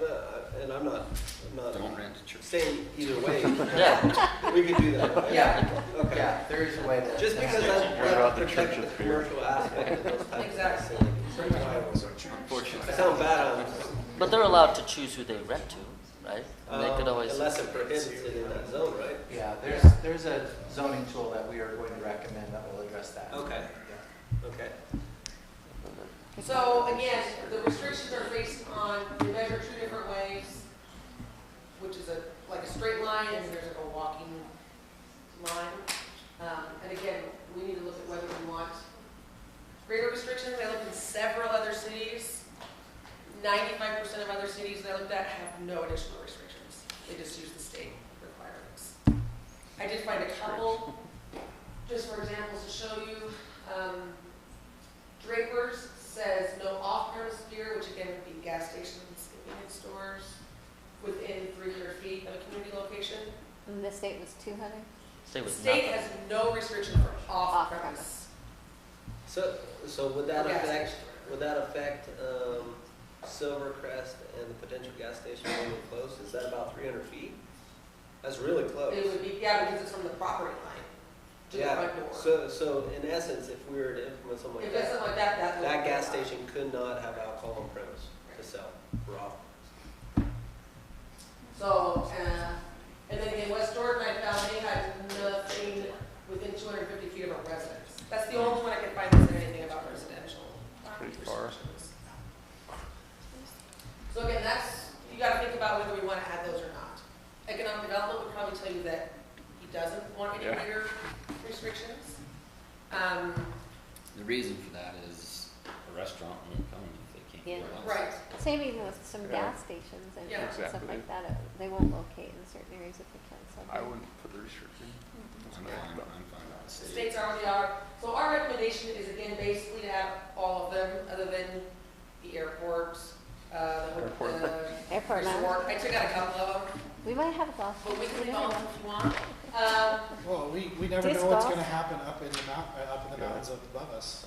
We could That's have true. ski areas, so That's for true. me, Ski, golf I see course. as a There's no resort, point, there's no reason not to. not We to, can if leave it's all- part of the code that allows it, I would rather not have, I mean, we could not do it because it's extra code that we don't necessarily need. No, and we can always add them later if we start talking to a ski resort, we can do it, but we're happy to do them all now, again, board would probably rather have all I'm of them. sure residents would love it. So equity is like disc golf is disc golf considered equity?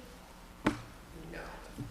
It says golf, et cetera, so I was just Yeah, asking. that'd be like, it's like a Golf club. golf course, it's like a. Mhm. People driving around. So we're suggesting, again, conditional use in C2, MU2, which is town center, the TM, our technology manufacturing, and then M1. Right after that's cool. So, conditional, so we would probably add some standards. Like I said, I'm looking at other cities, they had, no other cities had anything. We should probably. In fact, most of those they looked at, you're all permitted uses. They were So, conditional. just for me to rehear what you said, the only one that allows Say something. to be close to a school is the off-premise, so like the Yeah. gas station. Yeah, off-premise doesn't have Here's a any beer. But, trucks in it. but we couldn't necessarily have a restaurant within 200 or 300 feet of a school. You could not have an alcohol selling restaurant with. This is opposite. So like, It's never made sense, but that's a What is state it, not statute, so- there's nothing Yeah, you there's can do nothing. with it. So if not wanted to have alcohol, they they could, could, because they're between the library and the school. so it limits the type of restaurants that could be there. So does that limit what, in the town center? The whole Yeah. town center is restricted. that's If you're too close to parks, too close to schools, you're just not gonna make it. So we could have, And library. That was On part of our 134 planning. maybe, but probably. Yeah, to plan that. Yeah. But there's I'm nothing we here- can do about that anyways, that's state code, so. Yeah, that's state code. The state does allow variances, but I don't think, again, I don't think that would be. Build it, you're gonna ask We for it. think, we can live with this. I agree. Is there any interest in maybe moving some of the, like, the traditional restaurants into a permitted use category rather than conditional? Sure. That would be I don't have a nice. lot of problem with that. I think so. Yeah, Okay, so we can look at that. I'll go through planning commission. We just wanted to get a general nod kind of on the list of the direction, so I'm hearing no greater proximity restrictions, we'll just go with the state. And then, We're talking like, sounds like you're okay with when everything. you're asking this question, you're talking like your Chili's, your. Right. Yeah, the full service. That's It what seems like, I want to make sure we're being clear, because if we have some of Rather this, than be permitted. and that's just for the alcohol portion. They may still be subject to other standards of, site planning, Right. development agreements, Yeah, Yeah, yeah. yeah, I have no so- problem with that. I think permitted use makes sense. Okay, Good job. that's all I got. Gordon? Okay. TM zone. They all took less than 5 minutes, Gordon. I'll take this. I'll believe that when I see it. All right, we have good news. Kennecott has signed for annexation.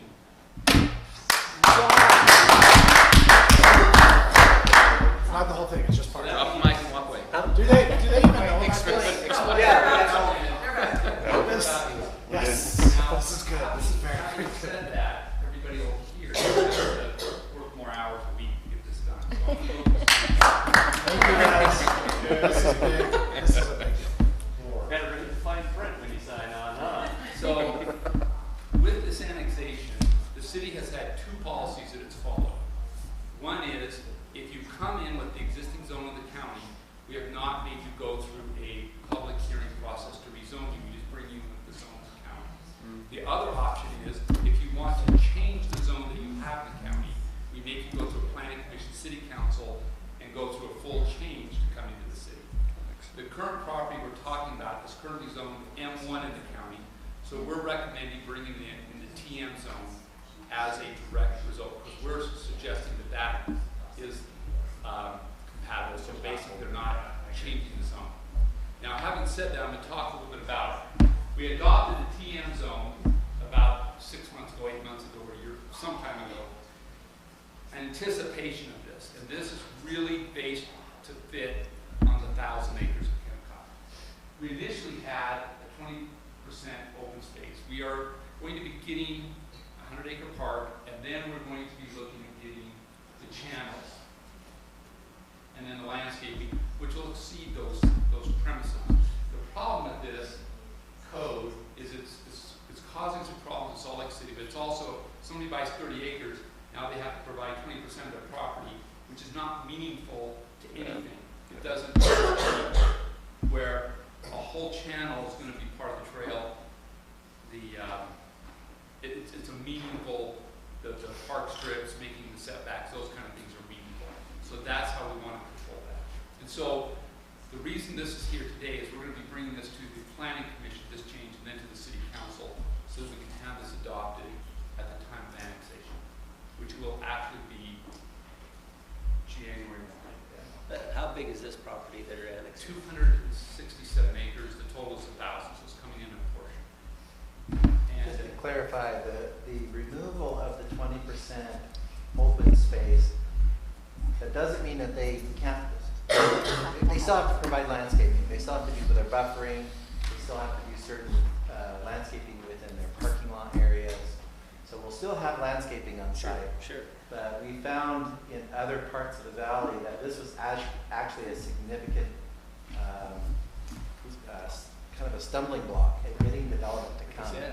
So, Well, yeah, this will be a good move. well, and it also, it may not make as much sense to 20% landscaping around these. A or big those park guys, right next to right? major And where a lot of manufacturing. communities are concerned Yeah. about water conservation, people were saying this is really contradictory to your Yeah. policies of trying to conserve water. Yeah, I agree with this. This is, I think all of us agree, a manufacturing zone, this is not where we're gonna be sending our residents to go point out. I like to go Yeah. technology. Okay. So let me show you a little bit. This is the parcel that we're talking about. We're looking at 100 acres. We're working with the staff from Kennecott, and then this is where the property is. And this has come about because, again, everybody's working really hard over here. We have interested manufacturing. So I'm going to zip ahead a couple slides and then come back to this slide. I wanted it in order, but I didn't tell anybody. I didn't want to go that far. This is how, oh, that's where I want to be. So the first group that's coming in is about 30 acres. That's where they're going to be located. They're great, they're light manufacturing. They have about 370 jobs to expand 800, so that's going to be really great. There'll be a storefront front. They're going to be doing retail as well as a whole corporate office. So that's your plan. So this is where the president of the company is going to be, as well as their whole corporate structure. So it's going to be a nice front. It's going to be good for us. We're looking at how these corner pieces develop because we want those to have some retail component like a good Maverick. We don't have enough of those to work. Or Holiday. Gas station, Freddy. Holiday or Maverick. Kind of might coin this thing, calling it innovation district. And the reason we're calling this the innovation district is these have turned out to be refugees from I-80 and 2100 South. They've looked at properties over there, and the problem you have is if you're interested in your employees, you don't want to locate over there because they have to drive a half hour from anywhere in the worst traffic in the valley, and there's no services, it's dark, it's just going into wasteland. Nobody got it. Anyway, it's just a hard place to want to promote employees. So in this place where we have, this is Olympia Hills, Daybreak, Harriman, you literally can ride your bike to your job, you'll have a park, you'll have stores, you'll have all kinds of stuff. So this is going to be a cool place to go. So if you care about your employees, if you're really interested in having heavy truck traffic, you're not going to come because you're going to go on I-80. If you're interested in employees, this is where you're going to go. So this is the second structure we're working with. There are 120 acres. We're working with EC Utah on that site. We'll keep you posted on how that comes. That's still in the process of working through. And that's why you see the annexation is basically looking like that. So this group has a very tight time frame. They have to be, which is, they ended up signing a contract for their product to be sold on another brand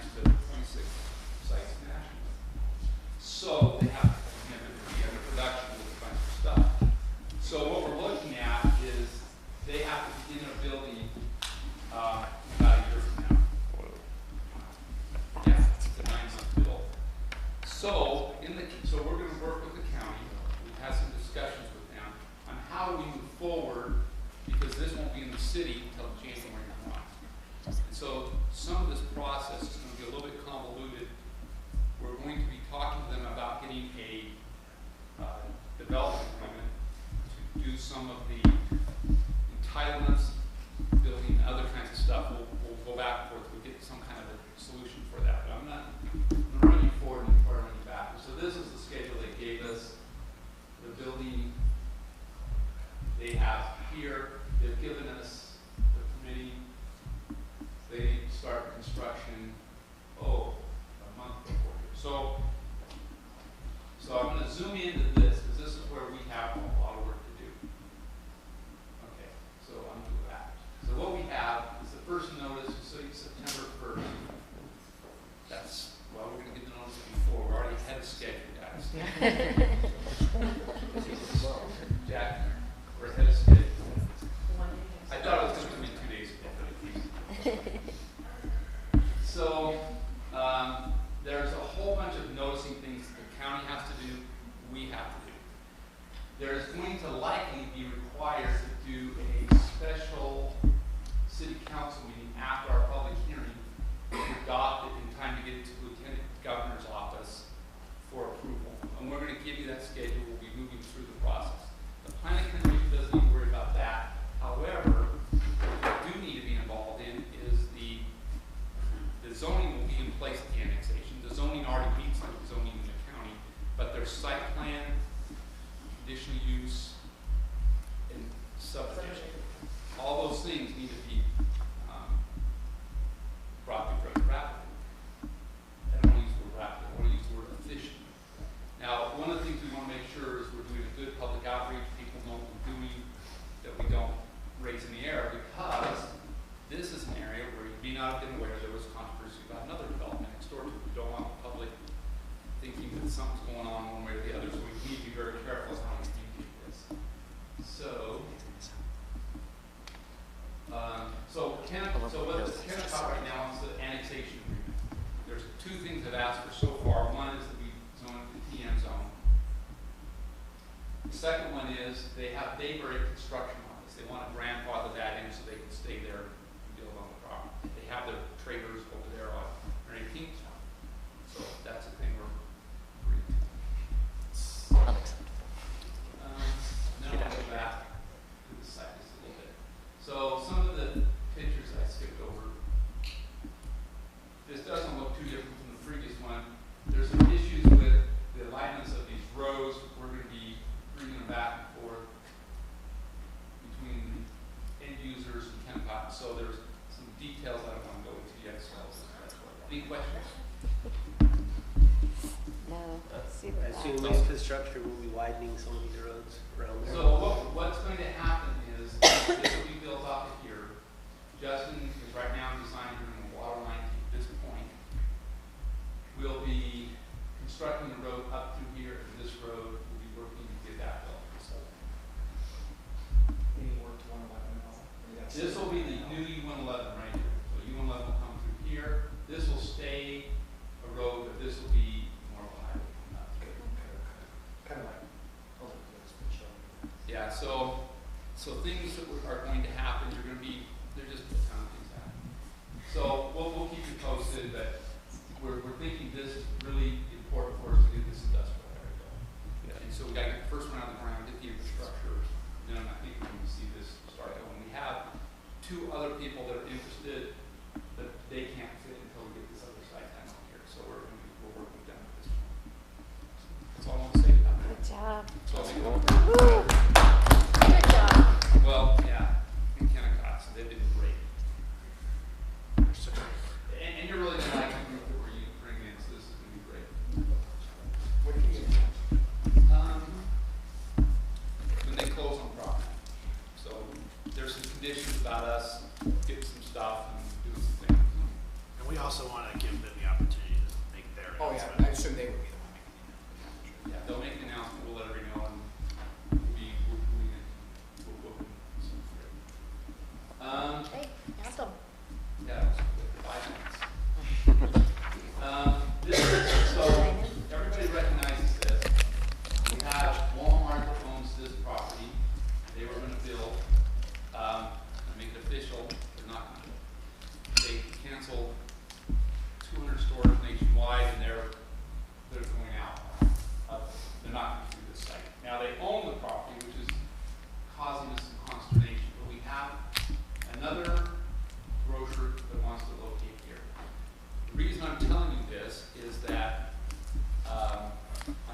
confirm something first.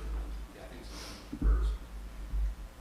This developer has the right to buy back this property at the price they sold it to Kennecott. When they buy that back, they have we're working on a contract that this is going very quickly. So they're going to be coming in with a site plan, and we want to make it very efficient for them because of contractual agreements. And so we'll bring you a full site plan. We want the planning commission to vet it, but it has to go to the city council because it's part of the development agreement. And then they have to adopt it as part of the development agreement. So it's a little bit more than just a planning commission. And so I just wanted to, more than anything else, just give you a heads up of what's going on so that when we come in seeming kind of anxious, but at the same time, it's just all commercial, and that's what we're looking at.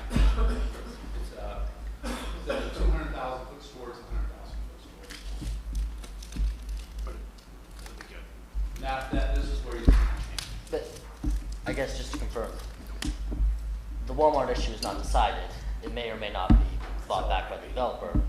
Walmart's, We just want to accommodate the developer in the approval of this smaller grocery store type area. they cannot make the changes till they own Walmart. They will own Walmart. Oh, okay, Walmart and then they'll make valid, changes. But at the end of the day, the contract's pretty iron, but Walmart can delay legal action, but they'll, at the end of the day, that's all you can have. No, I- The problem we have is that we're working with folks that need to have insurances that they can get in, so we've kind of told them this would be a fairly quick timeline, not, again, not efficient. We won't focus on it, it'll be efficient. And get this put through, so I don't think it will be shocking anybody.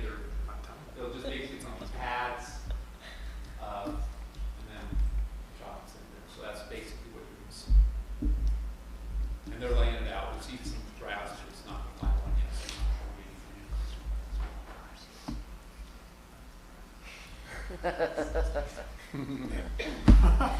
So So that's what you want to share? was that quick enough? Did anybody else It's need? not wood, fiberglass. Yeah, that's fine. It's probably allowed. Yeah, fiberglass is, right? It might be, the ordinance is pretty vague. All right, last one, fencing. Right? I like it. We have a fencing ordinance, as you know, it was adopted 3 or so years ago, and then was amended last year. We cleaned up a couple of things, but it has a list basically of permitted fencing types and then a prohibited list as well. And we want to have a discussion about this. There's been some discussion of maybe we want to change this, so. These are cool fences. These will all be prohibited. So again, permitted fencing materials in the ordinance, precast, and agricultural type post and rail, vinyl, wrought iron, and then your kind of rhino rock or other type of,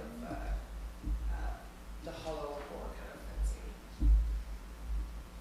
Prohibited, again, you can see this was not bicycles and surfboards, right? Plastic materials other than vinyl materials not typically used for fencing. Scrap materials, wood fencing, or chain link fencing, again, except for recreational. So there was some conversation about maybe wanting to change some of the permitted or prohibited. And I think the conversation was specifically about wood fencing. So again, really this is just a conversation for you if there's some changes you guys would like to see in this, or if you're comfortable with the way it is right now. So I brought this up, and quite frankly, those are funny slides you made, but I could go through the same thing and put up some really beautiful wood fencing. I can also show you that in an agricultural zone, when you're putting up plastic vinyl, it's a nightmare. And so then what has to happen is then the homeowner has to fence adjacent to the vinyl, and then so I have my fence and the plastic fence, and all that's in between there is weeds and garbage, because that's what gets trapped in between there. And I can't do anything about it, or my horses are going to push through the vinyl. So it's not just my issue. I've had several neighbors in the area saying this is crazy that we can't put up any kind of wood fencing, because there are some attractive wood fencing. Like if I wanted to put a railroad tie in to hold up my fence, technically I can't even put a railroad tie in to hold up my gate because it's part of the part of the prohibited uses in that. Another thing that I think is prohibiting is we also dictate what color of vinyl somebody can use. And to me, it's like, it shouldn't be about our own personal, oh, I don't like that color. This is a safety ordinance, or what are we putting up fences for? Now, I agree with the heights of the fencing and things like that, because those protect the residents for safety and things like that. But if I live in an agricultural zone and I want to do like a split rail, cedar split rail or something, just for something decorative, or if I wanted to do a little picket fence around my garden, I can't put a little wooden picket fence around my garden. I just think it's silly that we're prohibiting residents for use on their own private property to, if you want to put up skis, okay, I see that that's a bit ridiculous, but just a decent wood fence, I just think it's crazy, because it says, flip back one, would you please? Anyway, part of the first part of this is something with minimal maintenance. Yeah. My neighbors, right, they have vinyl. They've had to fix their fence 6 times since they've lived there in the last year. So it's like, okay, what's minimal maintenance? Vinyl and wood, they both have to be maintained. Exactly, right? they all have to be. So I guess I just don't understand the reason behind that, and I also don't understand even the reasoning behind color. It's like you can only use beige or white. I also don't understand what solid or private heavy gauge is. It's not specific at all. What does heavy gauge mean? The ordinance should be specific on that. If we're going to say it has to be heavy gauge, what's the gauge that's required? Yeah. I mean, I just think that there's, I just think it's a little intrusive to a private property. Because I think that these kind of things belong in CCNRs. If you want to say this subdivision just only wants to have white vinyl fences, put it in your CCNRs. The only thing I see with that is a lot of builders sometimes write their CCRs to limit the cost that they would have. Sure. And so now all of a sudden you have fences that are lower quality because they chose to get the lowest quality because they cost them less. Sure. So then maybe you have to have 40 whatever gauge it is or something like that. I just think it's not specific on that. So what does it mean heavy gauge? Maybe so what's being used, because you say there's a double fence, there's a vinyl, and then your fence. What currently is being used with a lot of agricultural? What type of fencing, I guess? Sure. Sure. So whatever was there. So it's grandfathered in. It's whatever yeah. is grandfathered in. Yeah. It's like metal usually. Because I guess I'm not as familiar with what is the typical. Obviously, you're saying it's wood, but is there other typical types of fencing that goes around agricultural or horse stalls or things like that? Sure. Well, that's the problem. Is that vinyl is just not conducive to agriculture. It's simply not. I mean, really, it's wire fencing that's typically used, but it's more a question of the posts, right? So, I mean, metal posts are more expensive than wood posts, but the wood posts deteriorate over time. I mean, it's not really a maintenance issue; it's the deterioration. Well, and it depends to some degree too, because it'd be nice for everybody to build a welded pipe fence around everything, but a lot of people can't afford it. And so I don't think that you should have your fencing ordinance so restrictive that people can't even afford to fence in their horse because they can't put a post in the ground. Isn't that part of owning a horse is the cost of maintaining property that the horse can stay on? Well, of course, but your idea of maintaining and that person's idea of maintaining, I can guarantee you that I can put a treated post in the ground in cement, a wooden treated post, and it can last longer than any of these vinyl posts can last. The argument that you're making about safety, with safety in our ordinance, if we're talking about fencing, the reason we're requiring fencing around agricultural properties like horse properties is because we want to make sure that everyone else is safe, including the horse. So do we have not the responsibility to make sure that we're requiring a level of fencing? Now I can see the argument for vinyl versus, agricultural style fence, but isn't it our responsibility to say, well, we feel that this is the level required, which is a welded pipe fence, and that's what's required to make sure that everyone else is safe. See, but I'll push back on that a little bit, reading that. Just that number 2, reinforced post and rail style fencing. And what does that mean is what I want to know. Because that's all Really what it means with the rest of the restrictions is a welded metal pipe and rail, Mhm. right? Because a vinyl is not gonna hold 1,000-pound animal, it's just not. Mhm. Well, would Where- or neither, depending on the day. Well, Right. so this is where I'm going with this, back to what I normally see, I go visit my family, on farm stuff, is wire fencing, right? You got the metal post that you just pound into the ground, it's got the spade on the bottom Yeah. with wire fencing. This doesn't allow for that, right? No, and even like for instance, there's some great looking, you can do, posts and cable. You know, a lot of times just old cable, they pull off it. And If you it's in couldn't an do that because it agricultural can go through zone, any I'm wood. having a hard time Yeah, squaring yeah. why we wouldn't Almost allow like you wanna split something else, zones. because that is kind of Yeah. undue cost. And this is one of those examples of an ordinance we have that we are probably fuzzing on in agricultural areas. And Yeah. Because that's the honestly, only people area. fall We in need an to split 'em. agricultural area. That's unique. That's the only We're gonna area be that I'm pretty- not in question. Yeah. We're gonna be Questioning pretty at all. off. Every other area, I think this Everywhere else, fits yeah, right here. I Leave agree. it, let it be.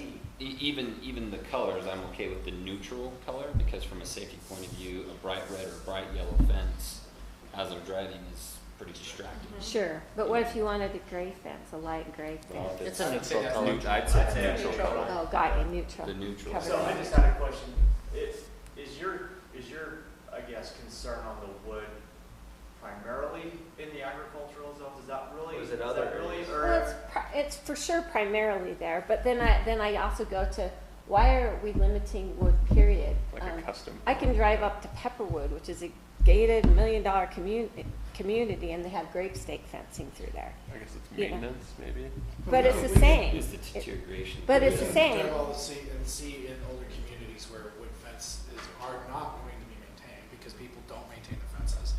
And over time, it becomes major blight, major problems. It's not today's issue, it's the fact that we are trying to plan 30 years in advance to The say. vinyl A fences, responsible the vinyl ci- a fences don't responsible last for citizen 30 always years. takes care. Yeah, exactly. But- Whether you replace a piece of wood or a plastic vinyl, you Vinyl have to falls maintain your fences. Vinyl's gonna deteriorate for sure within 20 years. Or they get holes in them. Because Throwing for me rocks. personally, on the agricultural issue, I have no problem looking at what is With appropriate for an exception and agricultural. appropriate, exactly. Yeah. The residential component, I'm a little more hesitant to say that because I don't disagree with you that there's maintenance on both sides. But I think that at least seems to be less maintenance on a vinyl side for those when it comes to that. And again, we've all seen those areas where the wood fencing is not maintained and it becomes very rundown, very dilapidated.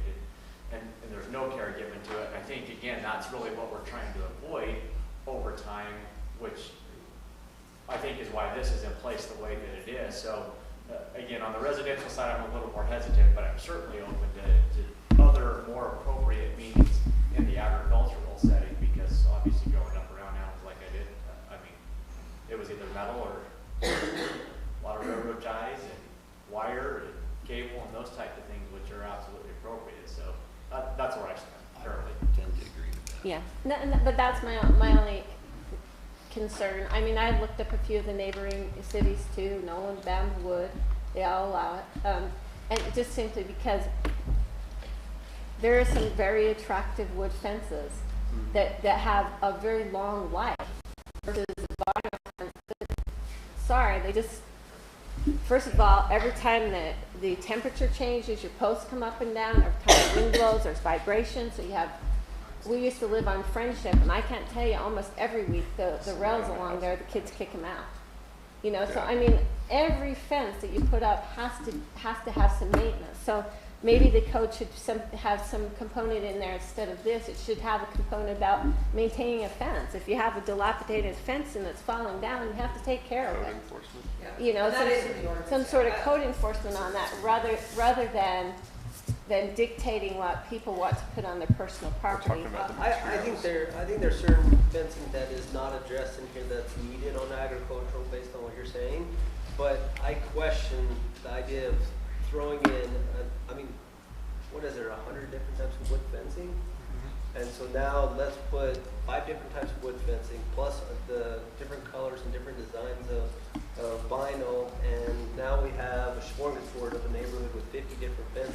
And it just, it kills a lot of flow too in neighborhoods. A vinyl that's beige that goes to white, it really doesn't change quite as much as these wood fences can. And so I think in some of the residential, it causes some, I guess, discontinuity. Well, I'll give you a quick example. Where I Aesthetic came, feel is less. our previous home, one side we shared a wood fence with a neighbor. We kept ours nice and maintained, and they didn't, and it rotted through from their sprinklers. That's the Sure. issue with the wood is the rot. Sure, sure. Posts, more so than even maintenance, 'cause it just tips over. Yeah, and then I went, I like to put metal posts in. So, the other issue as far as like code enforcement, I mean, we have an issue with code enforcement to begin with regular things that's put a lot of burden on tell people they need to paint the fence. So Sure. so what's the process for creating a separate distinction for agricultural lands? So we would probably do something, just like we've done with like the barns and agricultural buildings. And I would probably want to say, not just agricultural zone, because we have a lot of subdivisions that are zoned agricultural, normally you have larger lots. of Basically, animals. they have animals. But yeah, we need I to like be a wood lot, fences better than vinyl. that allow for larger If they're animals. kept up.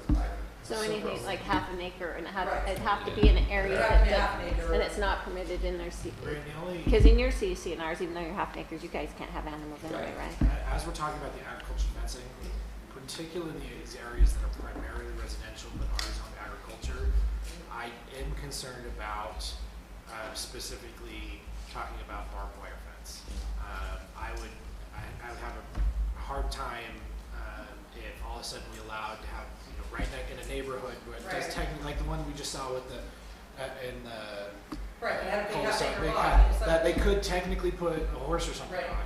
And then all of a sudden, my backyard now has a barbed wire fence because my neighbor decided that that's what they wanted to have there. And my kids are back there, and to me, that's a safety issue. So I think that, yeah, we should look at the Some agriculture. flexibility, But Yeah. specifically, I would have a real hard time in any way approving anything with a barbed wire fence that could go in any sort of a true, more of a residential area, because, along a big property that's nothing but horse properties, somewhere like Right. that, fine. But I really want to make sure that we avoid the barbed wire fences in our communities. I just don't think they're safe for the children. For the animals, they're great, but I think people are going to go with the cheapest thing available, and that's a cheap, easy way to, maybe address that issue. So I don't disagree with that, other than the premise, because we don't use barbed wire either. You often get, your horse is cut off on it, but I guess the premise is simple. If your child decides to come across the fence into my yard and my horse kicks your child, I'm liable for that. So maybe I want a piece of barbed wire to keep your kid out. Do you know what I'm Well, but saying? now It's you're like, putting- it's like because the liability, but the liability becomes my problem. Then maybe it's you have to set back a barbed wire fence 5 feet from the I property. think it's a channel to your property. But what I'm imagining here, hold on guys, hold on. What I'm imagining here happening, oh wait, sorry, I can't hear. Thank you. What I'm imagining happening here is that somebody that, shares a property line decides that there's not a fence there, I'm gonna put up a fence because I wanna have an animal, because there hasn't historically been a fence there because the builder didn't put it in. They put up a barbed wire fence, now my fence in my backyard is a barbed wire From the lot fence. line. What's the It's a double lot line. fencing? That's my rule? concern. Yeah, I was gonna say that. But if it's residential with agriculturals, there's still gonna be some protection on that. Yeah, residential. I'm just saying that's a again, concern that I there's have. an I want to exception make for sure. double For the fence, double no matter what it is. So one thing I think we need to resolve Single-family is residence. double fencing, because I know that's usually a big no-no. Yeah. But I know the schools, we can't restrict their fencing. But if you look at any school They do is where the chain. residential is, they only do We chain changed link. that already. I know, but I think it's the same thing with the animals, right? Yeah. If the Mhm. school's Yeah. doing the chain link to take care of the Right. kids, Yeah. which you equivalent that to the farm stuff. I think in certain areas, like farm to agricultural, I agree. that you could do, if you didn't like her fence, because it's gonna, You if can you're worried double about your fence it. kids, you can put up a vinyl fence to protect Yeah, so your the ordinance, property, and she's protecting her property. And Yeah, so to but- me, that's but- where it So kind then of we goes just need to away. address that with setbacks on the fence then. If you don't have an agreement, then you have to put the fence back a couple of feet so that you They have. could be right next to each other. So then I'm- The ordinance has an Yeah, exception I for want agricultural. Couple feet. Adam, there is an exception for agricultural double fence. That's when I have my I changed So the to me, signage that's to what I'm that trying to say image. though, So is we that, can That's only what- use it right that now. kind of resolves the animal By thing, changing, right? If, right? like, you don't like the kid Change getting the through your bill. fence, you could put a vinyl fence also next to your filled fence. I know that you could do that. Yeah, for sure. And so to me, that's kind of resolved the whole issue, is that piece. I think we're picking apart the styles and preferences. And I think a lot of this is existing agricultural. I don't see a lot of this new. Right. There will be some, you know what I mean, but It's it's most not. new stuff that you're usually getting your. Well, your it's cage like corral my stuff. my neighbor. He put up a wood A wood fence fence. on his property, and he gets in trouble for that. And it's Yeah. like, I'm like, but if you're gonna crash into it with your tractor, I'd rather crash into a wood fence with my tractor than a vinyl fence with my tractor. I promise you that. So I'm just saying, you know, what I mean, it's like, I just really, I really You're strong. crashing a tractor. I really just think that, especially for agriculture, there has to be Yeah, some. we can definitely, it sounds like there's some willingness for an exception for the agricultural. Okay. fences, so we And can for I sure- agree, I understand your point with the barbed wire. Most Yeah. people try not to use it unless you're in a big space. Yeah. And that's when it would make it work, because. Yeah, we'll clarify some of those, like you said, on the age. I'm talking Right. about in these neighborhoods where we have a lot. That's it. So we just throw the barbed wire. For sure. All the neighbors have barbed wire. We're done, for sure. Good job, team. Okay, future meeting, planning commission, next Thursday, September 6th at 7 PM. Then we have city council, Wednesday, September 12th at 7 PM. Motion to adjourn? So moved. Second. Okay, we're adjourned. I don't know who said